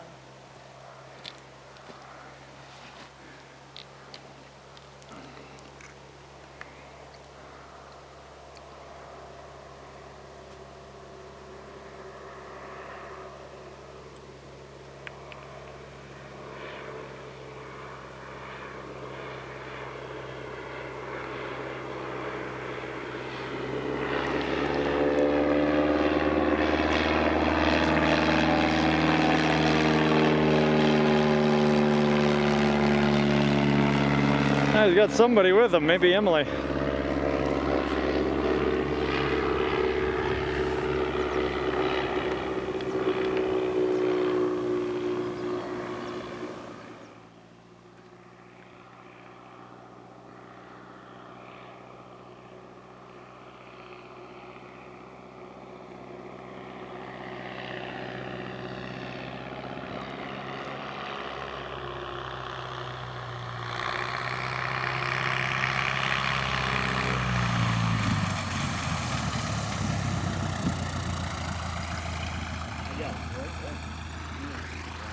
Nice.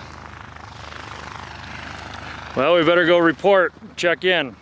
That is service.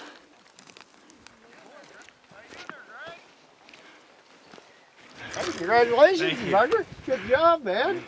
I gotta check your sheep out. Oh, yeah. Man. Yeah. There's a darn thing wrong with that. Heck no, you guys gotta age that bugger. I just want to see what you guys come up with. That's an awesome sheep. Got a little character with that bullet hole. Oh, did you? Oh, yeah, what bullet hole? Cool, man. You having fun so far? The box of life. Nice. Meat, cupcakes, onion, real potatoes. We saw a Ooh, real one? Yeah. exceptional Beer. bull on day 4. I think you could safely say 11, Yeah, and you could probably call him 12. I think But so. all day long, he's 11. Yeah. I mean, Man, and he's look at him. gorgeous. I mean, I bet he was, he's super, but I bet in a scope he was crazy impressive looking when he was sideways like that. Yes. Yeah, I that's gotta- an awesome ram.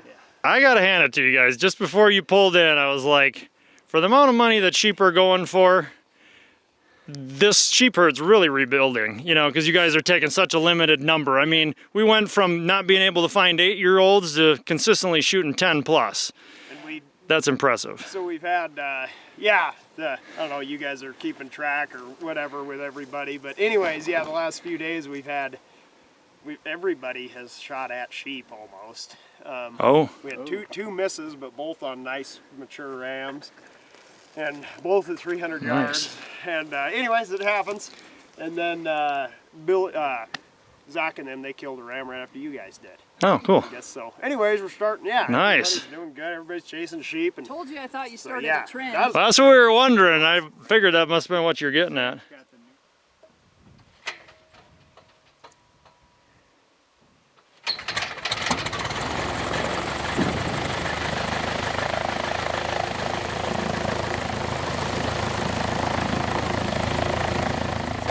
Well, that's pretty darn handy. That's service there. Literally walk in and they're flying over.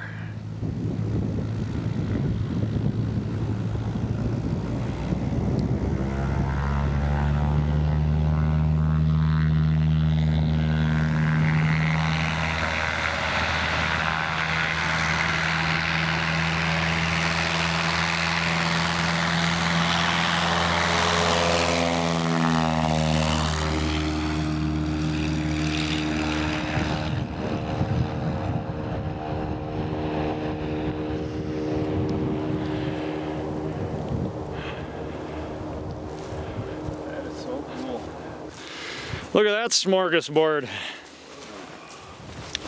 Well, I think we can hammer a couple apples and definitely eat that cantaloupe. You can have all the cantaloupe you want. You're not a cantaloupe man? You gonna stay right here? I think we'll let's eat a little bit. Yeah, if you're put a jacket on. Oh yeah. Well, fellers, we're gonna be living high on the hog now. We got heart, backstrap, tenderloin, ribs, cupcakes, salad, potatoes, lots of peanut butter, hamburger, eggs, tortillas, bread, Down there. hot dogs. That bugger did fall over anyway. Down. Yeah, I guess we better. Everything's falling apart. Thank you, sir. Well, we're headed down. About 6:30. What are you looking for? I said this was a good spot. Yeah, and beer. Yeah. All with beer. Some sheep meat with beer tomorrow. That'll be good. Here we go. This is one of the best parts of a hunting adventure. Piece of apple is just that total zone out. Get lost in your thoughts. We just got a job to do. We just got to get home. Just on automatic now. We put on so many miles. It's just kind of repetitious. Fairly easy walking. Everybody just kind of naturally just spreads themselves out. You know, we're all keeping the same pace, keeping that same distance apart. It's time for a little reflection. The job is done, you know, kind of relax, stand down at ease a little bit. I don't know, just let the mind wander and, you know, reconsider everything, I guess, in part. That was good. It was a good hunt. Yeah, you know, Whit's kind of one of those, you know, really one of those once in a lifetime kind of guys, probably. I'm guessing, you know, carpenter, small contractor, and just a nice guy. Glad it all came together, and yeah, I should be able to get a caribou fairly easy, I would think. Looking forward to a good night's rest. Got my binos in my pack. You can't even see it now, but that's got to be a grizzly bear. Yeah, right there, Blondie. Oh, Blondie. And our tent's just down here, down the way, about 700-800 yards, so hopefully all is intact. Oh, that's a good size. Pretty decent sized one. Saw us and stood up and probably saw a grizzly Norris back there. That's nice because we got about 8 pounds of sheep meat. We're gonna be hanging in the willow bush by camp tonight. We don't want her getting that. That's a good sign when a bear picks his head up and runs away. That's a real good sign. Up in this country, it's about 50-50 that they run or come to see you. Come to check you out. Always nice to see the fence not strewn 300 yards away and the tents shredded. My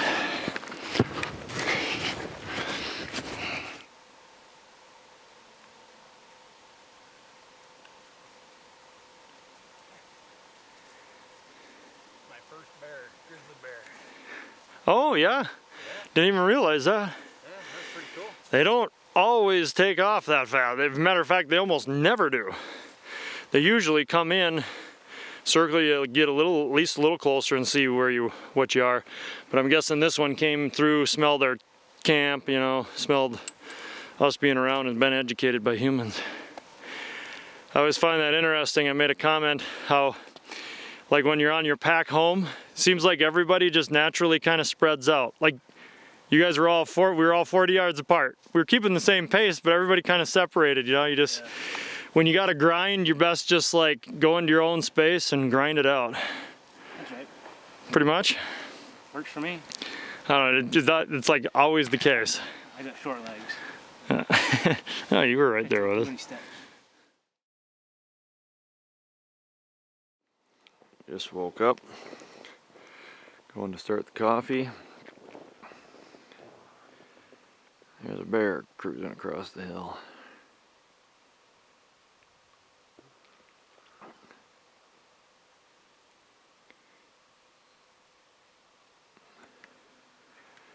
We're getting lucky so far that they're afraid of us.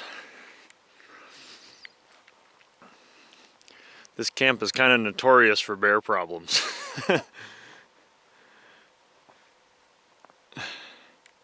But I think we've maybe got the culprits thinned out. Lounging around camp, late morning. Yeah, I can see the antlers with the naked eye. Got a few caribou over there. One's got a nice white neck. Anything striking your fancy there, Whit? I'm trying to see if it's a double still. Yeah, it's kind of hard to tell unless they look at you. Yeah. We're getting revamped, ready to go for caribou.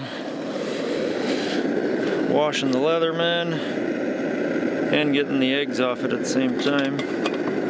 Got a nice day. Probably 50 degrees. A little bit of rain, a little bit of sunshine. Life is good. Resting up, eating good.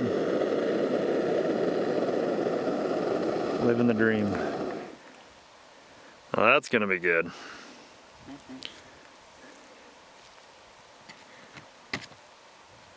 And we're gonna have a little heart. I don't think I've ever eaten sheep heart. No. I had the liver. Tastes about like every other liver I've had. There ain't much difference in them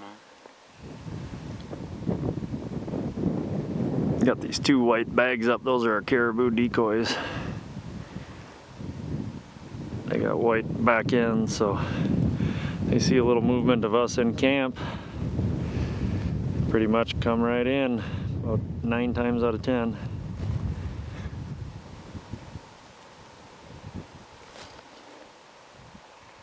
A nice little breeze keeping the bugs down. Beautiful day. Making mashed potatoes. One of us is gonna get to eat a grasshopper. Sugar says they're good. Can't be bad.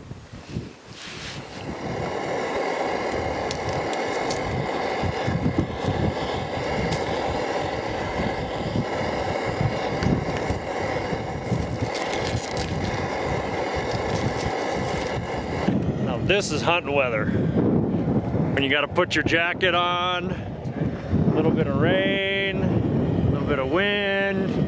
You can just see it up in the high country, probably snowing. We had a little skiff of snow this morning. A little cool front moving in.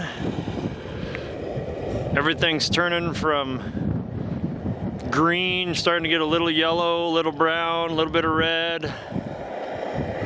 Autumn is fast approaching, and we're eating sheep heart and sheep back strap for lunch at 4 o'clock. Time means nothing out here. When you're hungry, you eat. When you're tired, you sleep. When you're rested, you wake up, do your thing.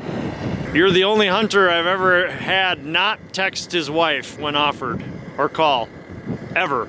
24 years. Why is that? I guess it doesn't really matter. She's in another state right now. Took a new job, so when I get home, we're gonna be apart for a little while till I can sell the house and get moved down south with her. So I'd rather not know. Things could be good or bad. Don't know. So. But you probably would have done that either way, right? You kind of wanted to just like totally unplug, yep. Just kind of saturate in the wilderness and the solitude. And turn the cell phone off and just enjoy 10, 12 days and relax. Yeah. Shut everything off. Absolutely, I get it. I even get like text message, like I really don't text message the other guides, like, hey, what do you see and whatever. And that's all fine and good, but like, I'll do that crap the rest of the year. You know?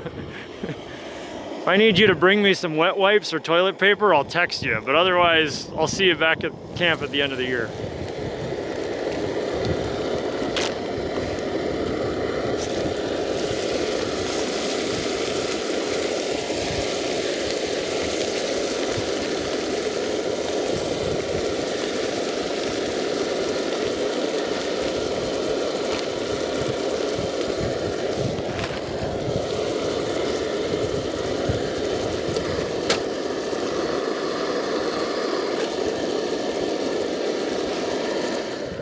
He's given a new meaning to beer run. That's where we gotta go get our water. We got a spring over there, so we got our 6-pack of beer sitting in there. We're cooking supper and he asked me if I wanted a beer, and I said, yeah, I'll take one if you're having one. He just sprinted for about 150 yards. Whit said he's never seen Greg move so fast. He's a good egg. I noticed anytime food, this kind of stuff, he always talks about his dad. Yeah. That must be really what he remembers about him. His dad sounds like he's kind of old school. Was he saying he'd fight you for the heart? Yeah. That's probably, then right after he said that, he's like, hey, I'll have a beer. Yeah. Probably makes him think of dad, you know. That's the cool thing about being out here, you know, is you just have so much time to just get away from the cell phone and the crap that doesn't matter. And it's like I try to explain that to my family. It's a weird thing, but when I'm 3,000 miles away from my family, that's when I love them the most. You know, because the stuff that, you know, the arguments or the kids being bratty or whatever, you know, none of that stuff matters. It's just that sweet, tender soul that you know and you love. That's all you think about. You don't think about the rest of the stuff. Absolutely. And hopefully that's what everybody else thinks about us when we're here, you know, rather than, I think my wife a lot of times like, I'm glad he's gone. My wife says she misses me on Wednesday mornings when it's time to take the garbage out. I think that's ready. What do you think, Whit? Eating this heart pretty dang good. Real good. Pretty mild, but it's got a distinct, the texture is not like spongy like a liver. A little bit, but not as bad. Pretty good, real good.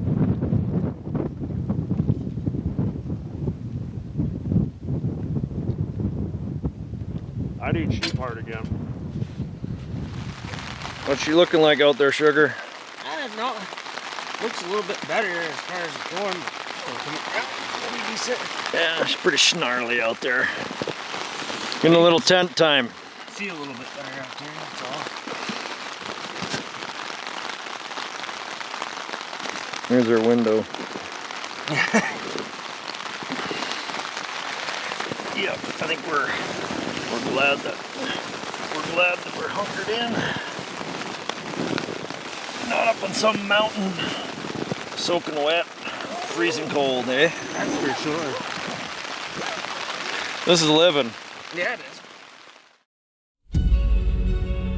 Experience the beauty, vastness, the unforgiveness, Welcome to Alaska. and the thrill of the Alaskan wilderness firsthand. Log on to BillyMollsAdventures.com and request for Billy to personally help you select your own Alaskan adventure. Here, you'll also find information on hosting Billy as a public speaker for your next corporate event, Christian outreach, or conservation organization. Log on today and live the adventure.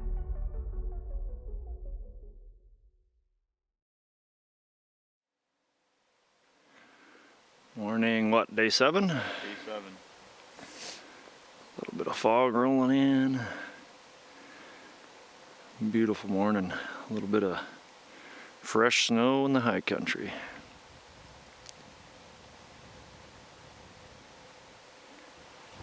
Well, it was a pretty awesome day, just kind of chilling, relaxing, getting all of our gear organized and eating up, resting the weary bones. Went out walking around here in the tundra, looking at all these blueberries. Picked a bunch of them, you know, kind of clawing at them the way a bear would bite at the berries and kind of take leaves, twigs and all, you know, and I'd sift some of the twigs and the leaves out and gobble the berries, and you can get quite a few of them pretty quick. Really good blueberry year. And it's amazing how creation's so astounding. Like you look at these blueberries here, not a whole lot of them here, but the blueberry bushes have this unique ability to hold on to water. You know, it's foggy now and moist, had some rain, but even after the sun's been shining for hours, you'll see little droplets of water. So obviously that's something that I haven't noticed on really any other plant. I'm sure others do it, but they hold that moisture. So obviously they don't dry out so fast. And you know, hopefully I've seen it, I just haven't filmed it yet, but you see bear scat all the time when they're eating berries like they are now, when they're so heavy and a lot of sugar, a lot of fiber, and you'll see the bear scat, and a lot of those berries are basically whole. So those bears are eating those berries and taking the seeds and planting them all over the place, you know. And then you see the willow cotton is coming out now, and you got this little thin tuft of lighter than air cotton and a little tiny seed in it. It's flying all over the place yesterday, you know, casting seeds all over the place. And, you know, just studying God's handiwork, that's what's always intrigued me. Last night I was reading the book of Acts and reading about Saul of Tarsus, who was later, I guess, God renamed him to Paul. But he was a Jew persecuting the Christians, killing them. And he had paperwork from the chief priests, the religious leaders, to basically imprison Christians, and they were killing them. And then, of course, you can read the story how Jesus came to him, struck him blind, saw a flash of light, and he went blind. And basically Jesus called him. You know, Jesus spoke to him, touched him, and brought him to an undeniable belief at that point. And then Jesus spoke to Ananias and said, Ananias, you go to Paul, and you know, I need you to lay hands on him. And Ananias said, no, I don't. That guy's killing Christians. I want nothing to do with him. But Jesus said, he is a chosen vessel of mine to bear my name to the world, basically. Gentiles, Jews, and Israel. And so Ananias followed suit, and Ananias touched him, and he regained his sight. And the word vessel, that really came to me. I guess at first I figured like a pitcher, you know, something you can put something in. Or a boat, either way, you know, something that can carry something, a cargo, goods, you know. If a boat's dry docked, if a vessel's upside down, it's of no use. You know, you've got to put that vessel upside right so you allow to fill it. And we've got to allow God to fill us up with something that we can give to others. And if we're in an environment where, you know, like think of an inner city, can't help but think of an inner city where there's no evidence of God like there is out here in the wilderness. This is why I believe hunters love nature and love hunting, because they get in an environment where man really isn't so much a part of. Even if you're just whitetail hunting in the Midwest or whatever, you just see nature, you see God's handiwork, and there's something marvelous and compelling and, you know, so intriguing about that. And there's a peace there, and there's something bigger than ourselves. I mean, I know for years I didn't really recognize that, but I loved being in that. And as soon as I was in the real world, I just didn't feel the same. I didn't enjoy it as much. It wasn't as interesting. It wasn't as enjoyable for me. And God wants us all to carry something, to be a vessel. We've all got some purpose.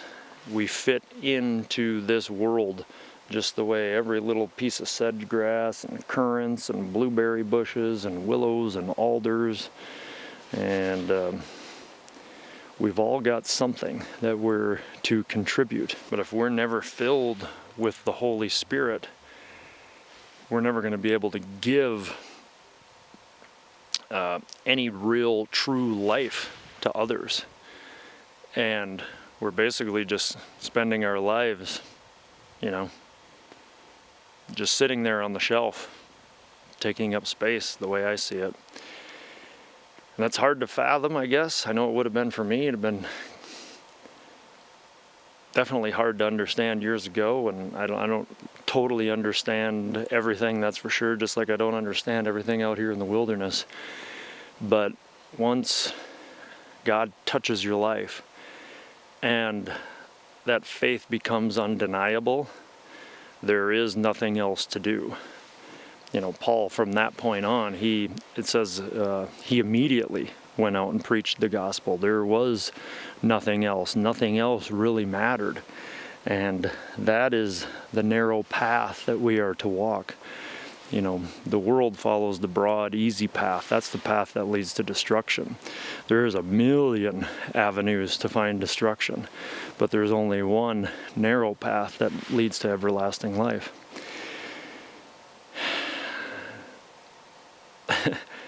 And it's, part of me doesn't want,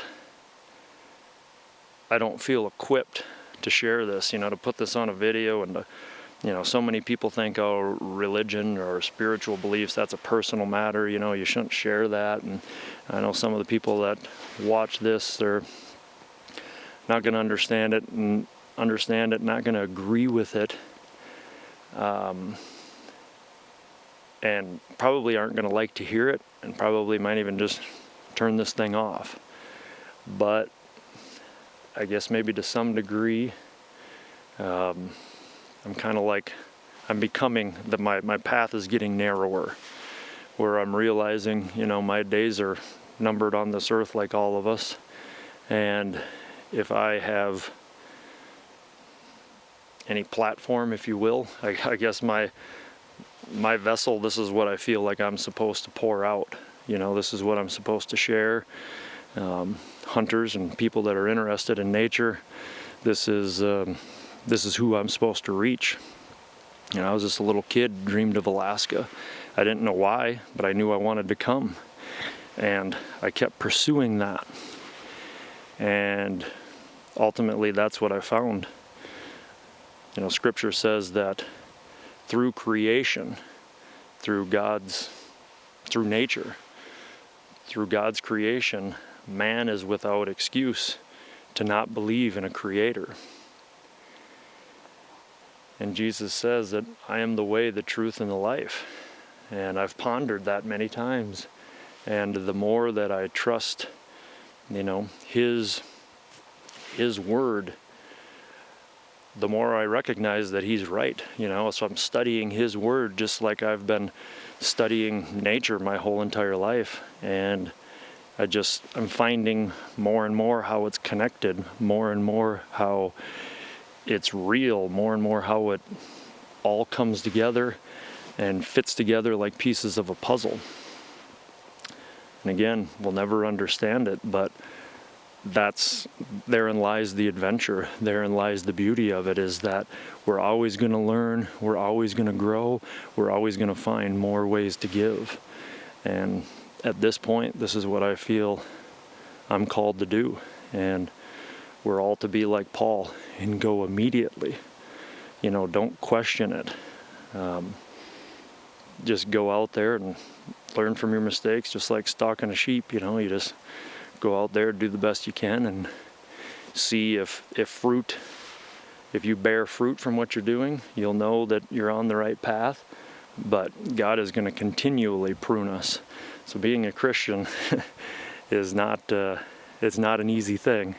It's an adventure, but just like a sheep hunt, when it all comes together and at the end of it, you find the fruit, you know, you touch somebody's life, it doesn't get any better than that. My wife was just pointing out the other day how, you know, pretty much all your best friends are your hunters and the guys you guide with, and, you know, you only see them, you know, a week or two, maybe your whole life. You know, some of these guys come fairly regular, but even a lot of these guys that I just spend one hunt with, you know, 10 days of time, we're friends forever. Because you know, you go through something, and for a brief amount of time, you become one. You know, you share one objective, and you have to become one to attain that goal as efficiently and as easily as possible. If you're divided, you know, Jesus said a house divided can't stand. We have to be working together as one unit. And that's a beautiful thing. And that bond that's formed in doing that, that's just it's a magical thing, you know. So scripture talks about how a man and a wife are to be one flesh. And if you're one flesh, that would mean the two of you, if anything hurts the one, the other feels it. And together you're to work through that, to heal that, and, you know, make things right. And a lot of times that happens through one person dying to themselves, is to care more for the other person than they do themselves. And that's kind of what happened when we got the sheep. You know, I was doing the butchering, Whit was doing the bagging, Sugar was helping me bone, holding the quarters, and I was boning them out.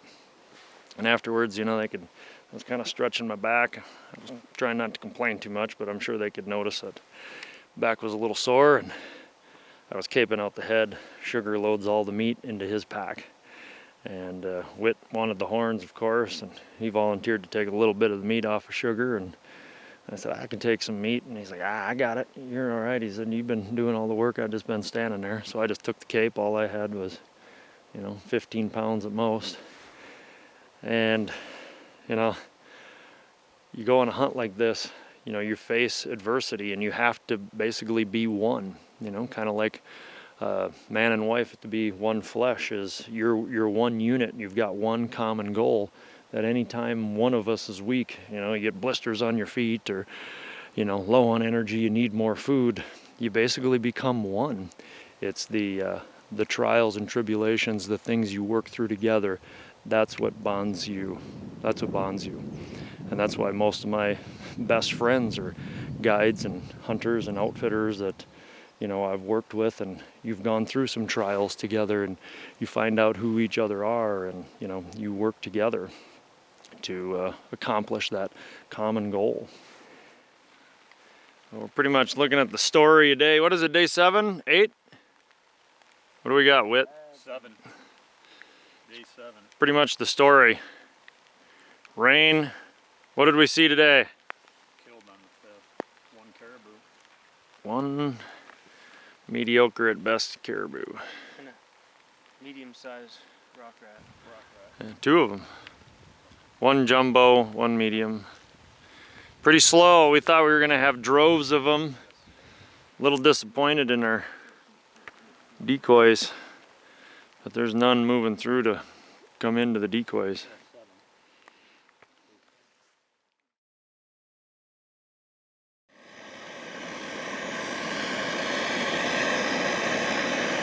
A little chilly this morning.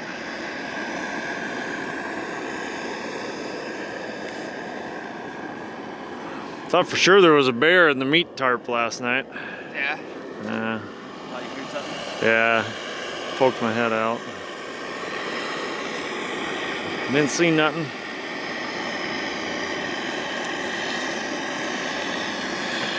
Coffee's gonna be good this morning. See, this is how you caribou hunt. You just keep the coffee pot going. One nice thing about snow is usually makes the caribou move. 7:15, and we've already seen 2 more caribou than we did yesterday. You got any bold predictions for us today, Sugar? I'd like to say that it's gonna happen, but at least we're seeing some. Yeah. Go You don't stretch them a little bit. Yeah. I think we're gonna have some blood on the snow today. I think so. I think it's gonna happen. It's always nice to see. Coffee pot number 2 is on the way. That was about what? Well, 2 days ago, right when we got back to base camp, when we had that cold kind of north wind come in, but it was kind of dry. I was like, I think autumn's here. Maybe winter's here now. We had 2 days of autumn. Nah, it's just getting ripe. The 25th of August to the probably like the 10th of September is like the sweet spot up here, I feel. Not that winter can't come then, but usually by the latter part of September, it's winter up here. By middle of September, it's winter. And it seems like late August, early September, you find like this peaceful equilibrium.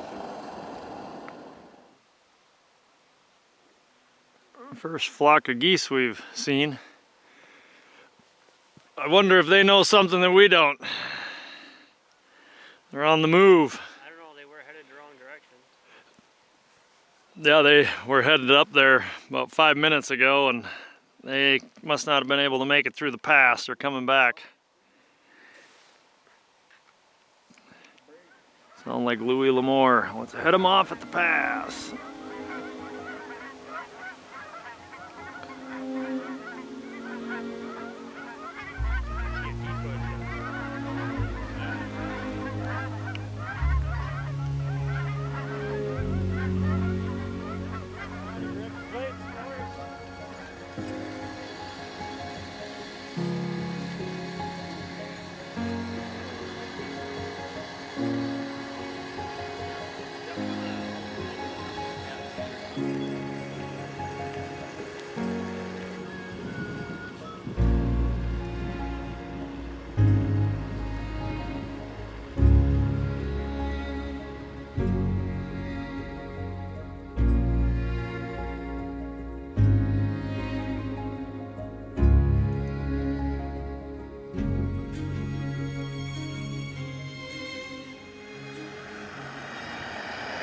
Pretty much snowed more or less all day yesterday.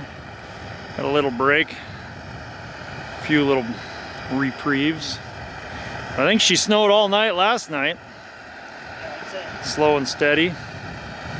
Kind of right about melting point here on the valley floor, but the sun finally peeked out. So we're hopeful. Whit says, we get a plane in here, I'm ready. He's kind of seeing the writing on the wall. He's getting a little nervous. I'm okay. We're talking about what the next round of dudes are gonna think when they show up. What in the world am I getting myself into here? She's pretty wintry, and the Caribou well is dried up. They're around here somewhere. I was telling Whit one time I was hunting here, and the hunter, we were sitting for caribou for several days, didn't see any, and then the hunter hops in the plane and he's like literally on the plane, and then here comes a herd of bulls right to the airstrip. So they're here somewhere, but they sure aren't running past us. We got plenty of grub, plenty of fuel. We're almost out of peanut butter though, so we're starting to get a little testy around here. One's decent, one in the lead I think, not very wide, but they've been pretty skittish. We're gonna try to make a play on them. They're right in here, kind of headed that way. We're gonna get them, Sugar. Ain't gonna go 20. What's that? Ain't gonna go 20.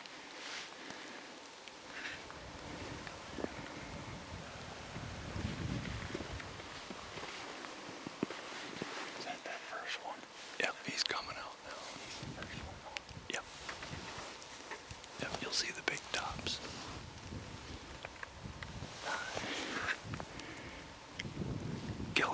first one. Just wait. Okay.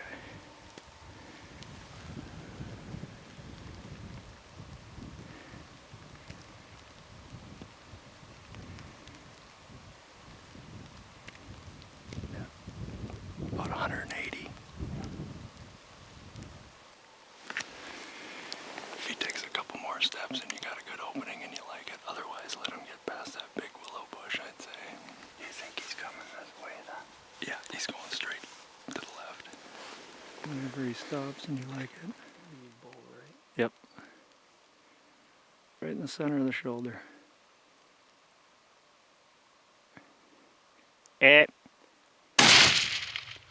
Reload. You missed. Front one. Just wait. Just wait. Make sure you get a. Yeah, it ain't worth risking. No.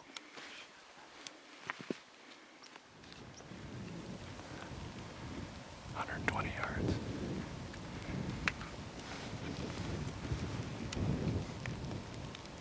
So aim for a hard shot.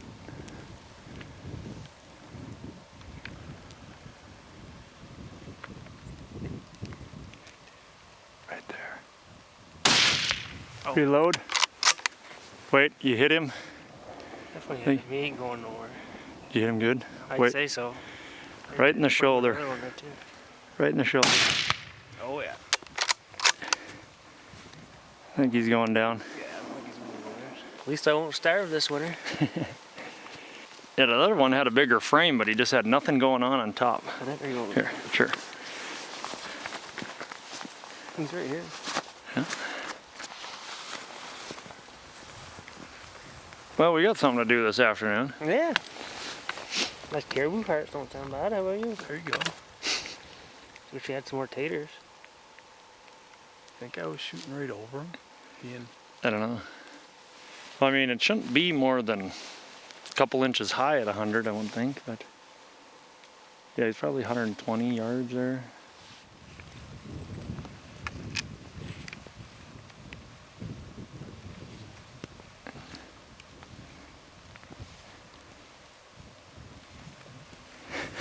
That one just totally does not care, does he? Yeah, we've seen. Yeah, you want a glove though? Oh, good thing. Yeah. We've definitely, I mean, we passed bigger, but we had to. We weren't gonna risk it for a sheep, but that's a fine bull. He's respectable. Very much so. That's pretty cool. Nice animal. Big shovel, real nice bezzes. Got a point, got back scratchers. Yep, double back scratcher on the one side. Heck yeah. That ain't nothing to sneeze at. For a second, thank you.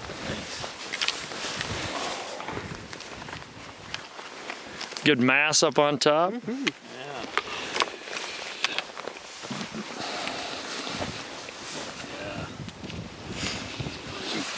Yeah, he's been wandering the tundra for a while. Yeah, teeth are pretty well worn. Yeah, I think he's a fairly old bull. I think he's an older bull, huh? Oh yeah, he's, I don't know, I'd say he's at least 5 or 6 years old. 4 anyway. Well, we were coming down to the wire here. Got another day left in camp and saw a couple bulls off in the distance. They kind of ran off and then they fed back to us. Billy took a second look at them and said, well, that one's not too bad. So we made the pursuit. I told you he had a double shovel. Yeah, I see that. He's got a shovel and a pickaxe. I'm pleased. He's nice. He'll look pretty on the wall, for sure. Keep him in the velvet. So we're winding down, final days of your adventure, everything you were hoping for? Yes, and more. Yeah? Wonderful. Yeah. Thank you very much.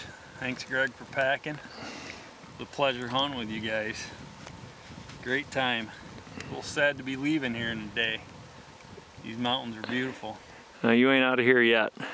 I got some work to For do. 3 days from now, you might not be that sad to be leaving. Yeah. You'll be kind of like, okay, let's get it on. But, well, very good. Well, Been our pleasure, Whit. Been a good, great hunt. I guess it's all pretty much is over now. We're out of tags anyway, so yeah, we'll get him butchered up. Nice easy pack back to camp, 500-600 yards, and yeah, we're out of sheep meat. Well, we got some ribs here, so if we're still in camp another day, we'll have some more caribou to eat. Sounds good. Awesome. Well, congrats, man. Thank you. We're headed to the barn. Adios, muchachos. You know you're tough when you're packing the hooves out. Sugar's gonna gnaw on those for dessert. Good deal. Got a last day bowl. So now we're pretty much in wait for the plane mode. Pull the hooves off at camp, lower part of the leg, and throw them in the bushes, and just waiting for round number 2. Bittersweet to be packing her up. Yeah, bittersweet for sure. Been a great 10 days. Special thanks to you and our packer. Our lovely Greg. packer. Yeah, AKA Sugar.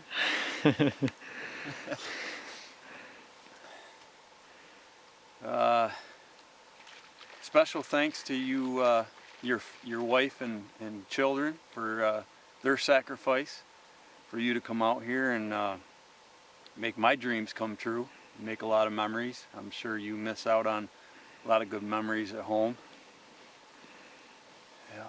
Yeah. Thank you. Yeah, you're welcome. I think everybody should take a little time to themselves. Chase, fulfill like a dream, childhood dream, or just a passion, you know, that they have. Take a vacation. For me, it was 2 weeks in the mountains here in Alaska. I chose the Brooks Range. Been a dream of mine. Everything's worked out pretty well. A lot of planning goes into it, preparation, physical and mental.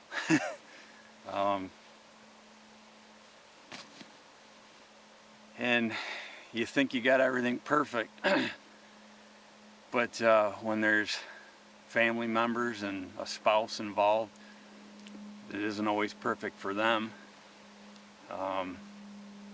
But my advice to my 6 children, or anybody at that, is if you got something that you're passionate about and you really want to do in life, you just got to go for it, because timing's never going to be perfect. So with that being said, I'd like to especially thank my wife for all her support, helping me get here, and love her very much, and we'll be together soon. I think just turning the phone off and getting away has helped. Takes away a lot of stress. Just like you said, pack simple, and just the simple things in life matter, you know. Been a big change for me. I like it. Yeah. Sugar, you got any good color to add? I'm saying he's done the best so far that I've seen. He's the natural at this here interview. So. They don't call him the best color man in the business for nothing, folks. Give us a one-liner. You're thinking that's right.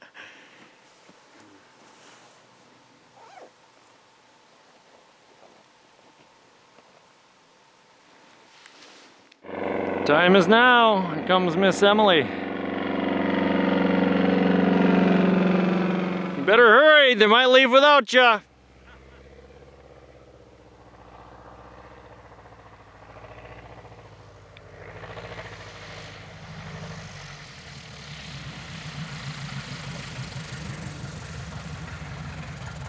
Nicely done.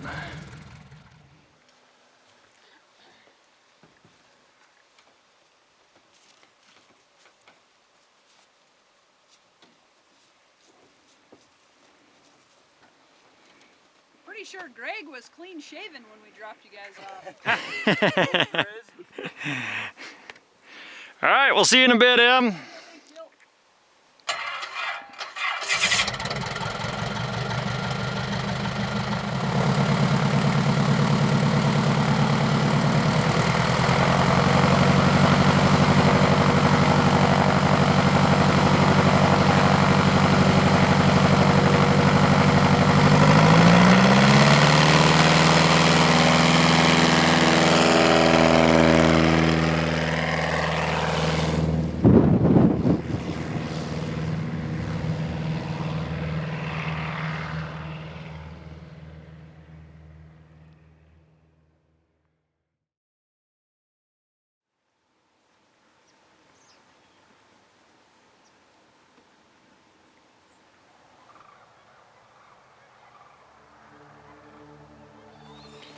That hunt with Whit took place 3 years ago.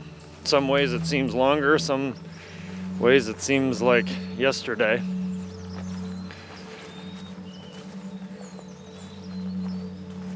Some things have changed since then. Some things have stayed the same.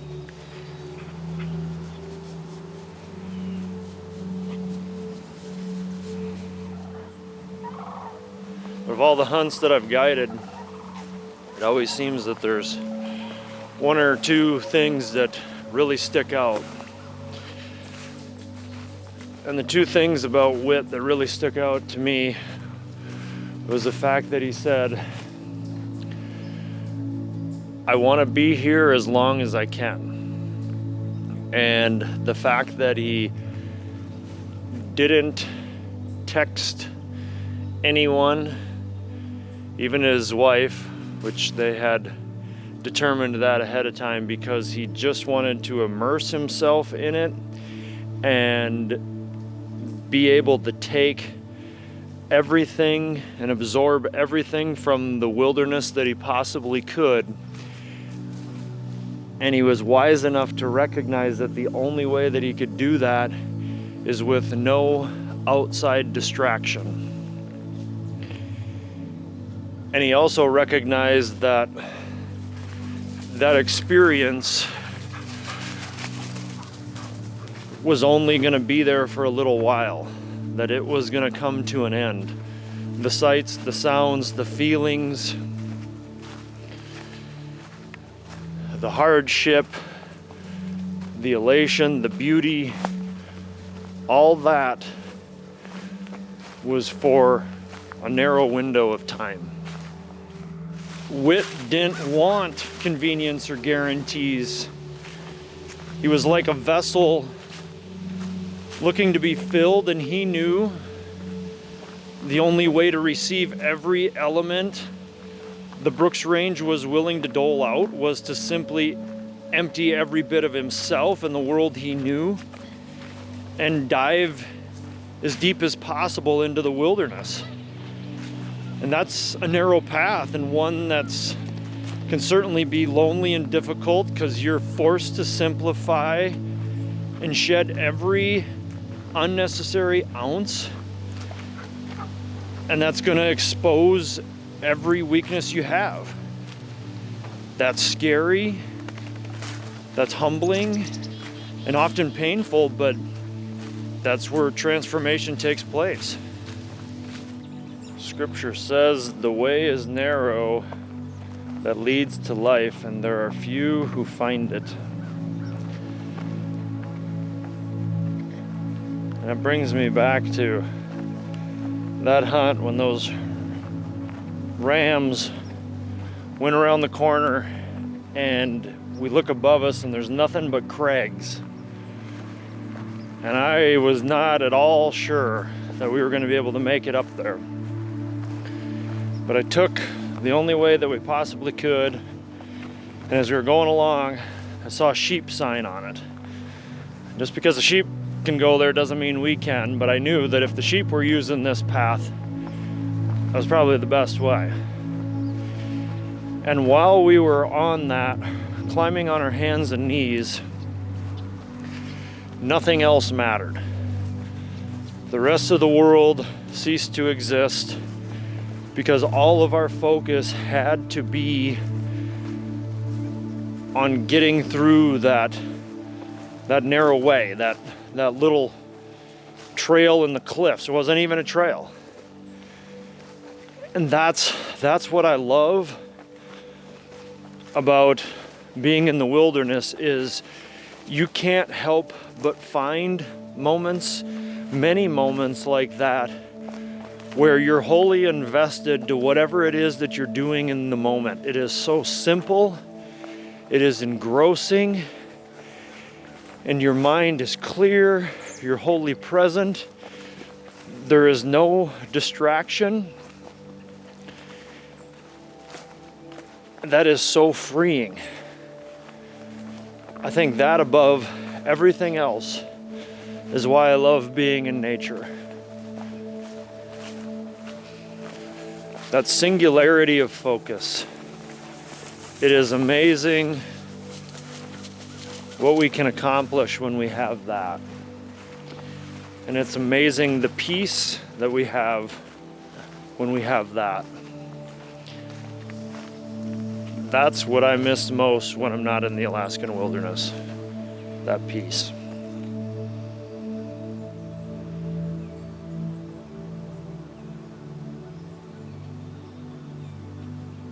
And navigating in the real world, so to speak,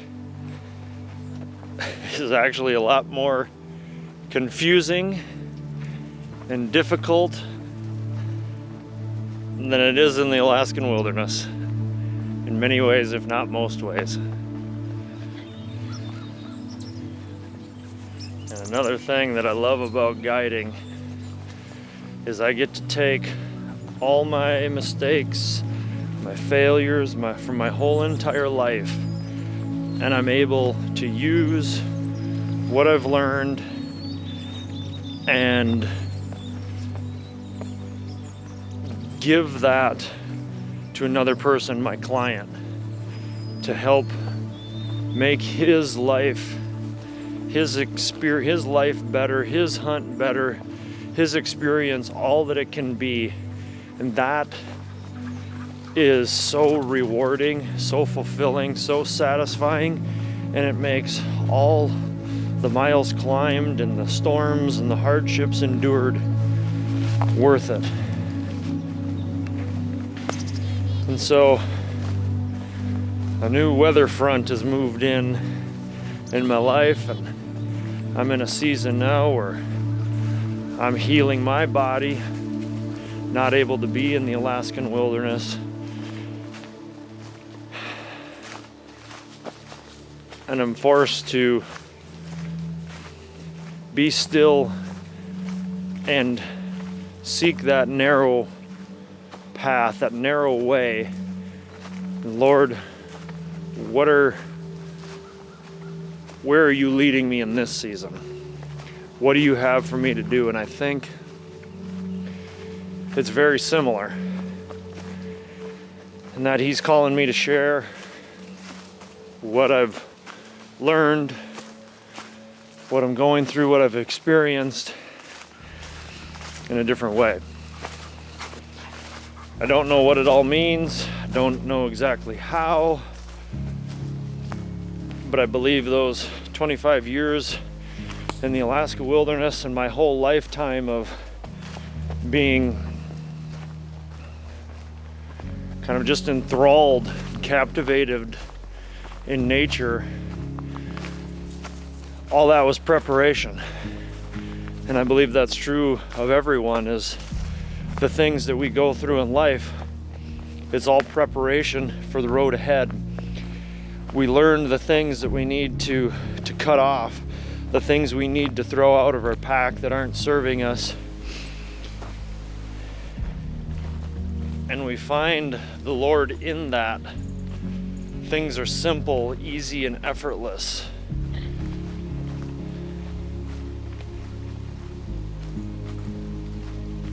And that's what I believe the Lord's teaching me during this season, is sustainability, simplicity.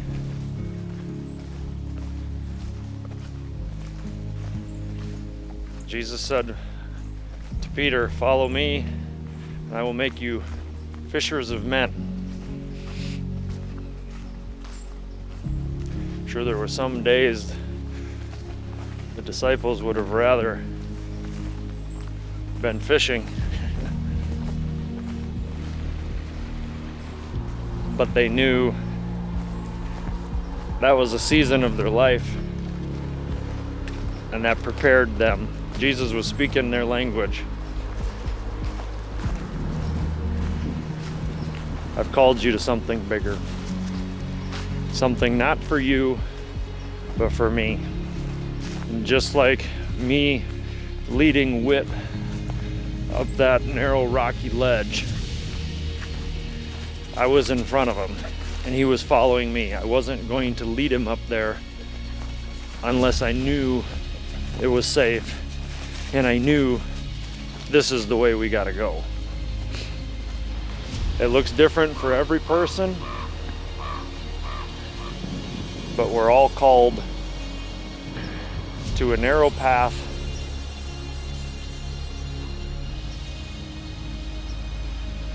to a simple but important purpose. And I believe that's our life mission, is to stay on that narrow path,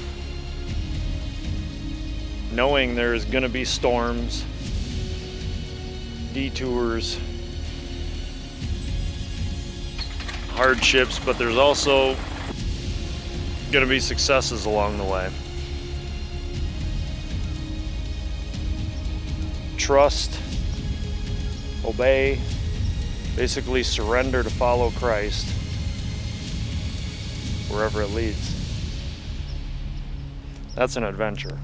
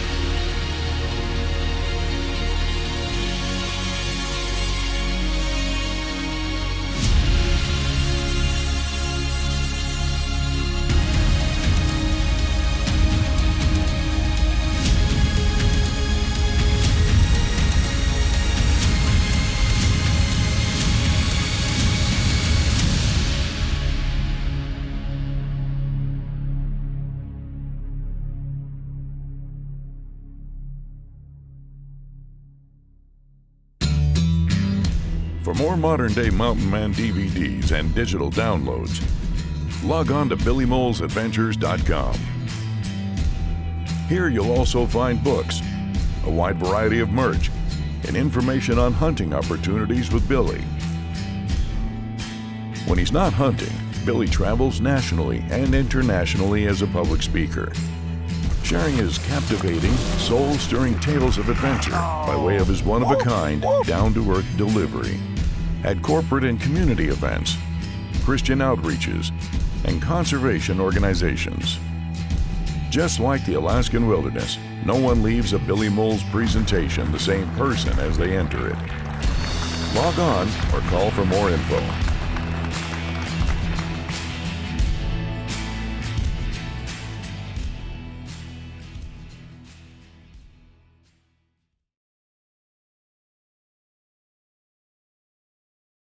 You're getting pretty soft, Matt. What's going on? You aging? I am actually. Yes. You're kind of following the trend and finding your feminine side? No. Your nurturing side? Nope. It's going the opposite direction. I'm definitely going the opposite. Yeah. No, I'm going the opposite of the nurturing side. Yeah. Well, young packers, that's how you sort them out, is you just stuff them out there for a couple of months with absolutely nothing, and then if they're still alive at the end of the season, you know you'll hire them. Exactly. Yeah, they have to be able to survive or they're not, worth having around. They can't be dead weight. That's right. So, okay. And you don't want them too smart. You want them dumb enough to where they'll come back. Dumb and tough. Little heart and onions.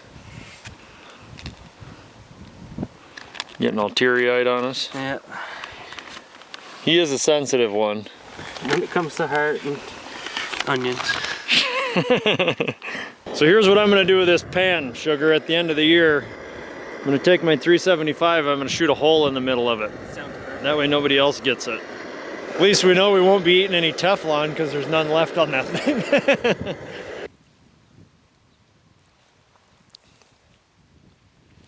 Must be a female, he ran away from you, Sugar. We left the tent door open, the little rat's in here. Come here, you little rascal. Watch for him, see where he shimmies out. He's in here somewhere.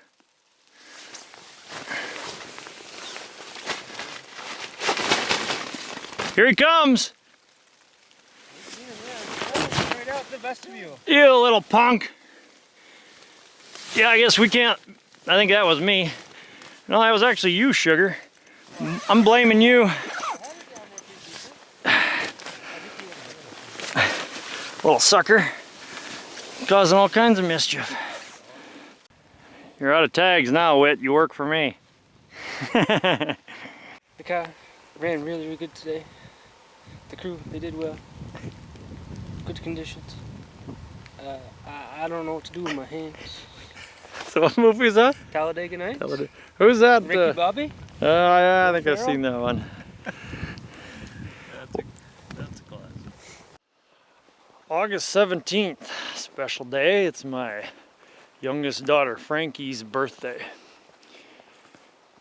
She's never been home for one of her birthdays yet, not even her real birthday. The day she was born, I was up here. Not long before I left, we were having dinner and chit-chatting, and I don't know what it was, but I said something to Frankie about how she's been that way, whatever it was. I'm like, ah, yeah, you've been like that since the day you were born. And she goes, how would you know? You weren't even there. She's a pretty witty little thing. Sweet little girl. She's 10 years old today. Is that how every hunter packs, Sugar? No. That's pretty impressive. Out of a 4,000. Yeah, everything in a 4,000 cubic inch bag. Nice work. What'd you say it weighed? About 25, 26 pounds. Yeah, and the limit's 50, and most guys, I don't know if I can get it down to 50 pounds. So minus the rifle, kind of a general rule of thumb is 50 pounds. Most guys come with like a body bag of stuff. And you probably brought 5 pounds of food. Food and snacks, yeah. Yeah. Yeah, no, you're doing good, man. You just gotta be tough. It's not about the gear, it's just about being tough. Simple. Billy even shaved off one of them dry bags. I left that at the camp. Oh, did you? Over here when we went out for the 5 days. Yeah. I almost threw my It's like cushions you don't need out. all that. I Ooh. almost pulled a mat off, like I don't need my cushion. Well, he doesn't. The guy in back would appreciate him. Appreciate it.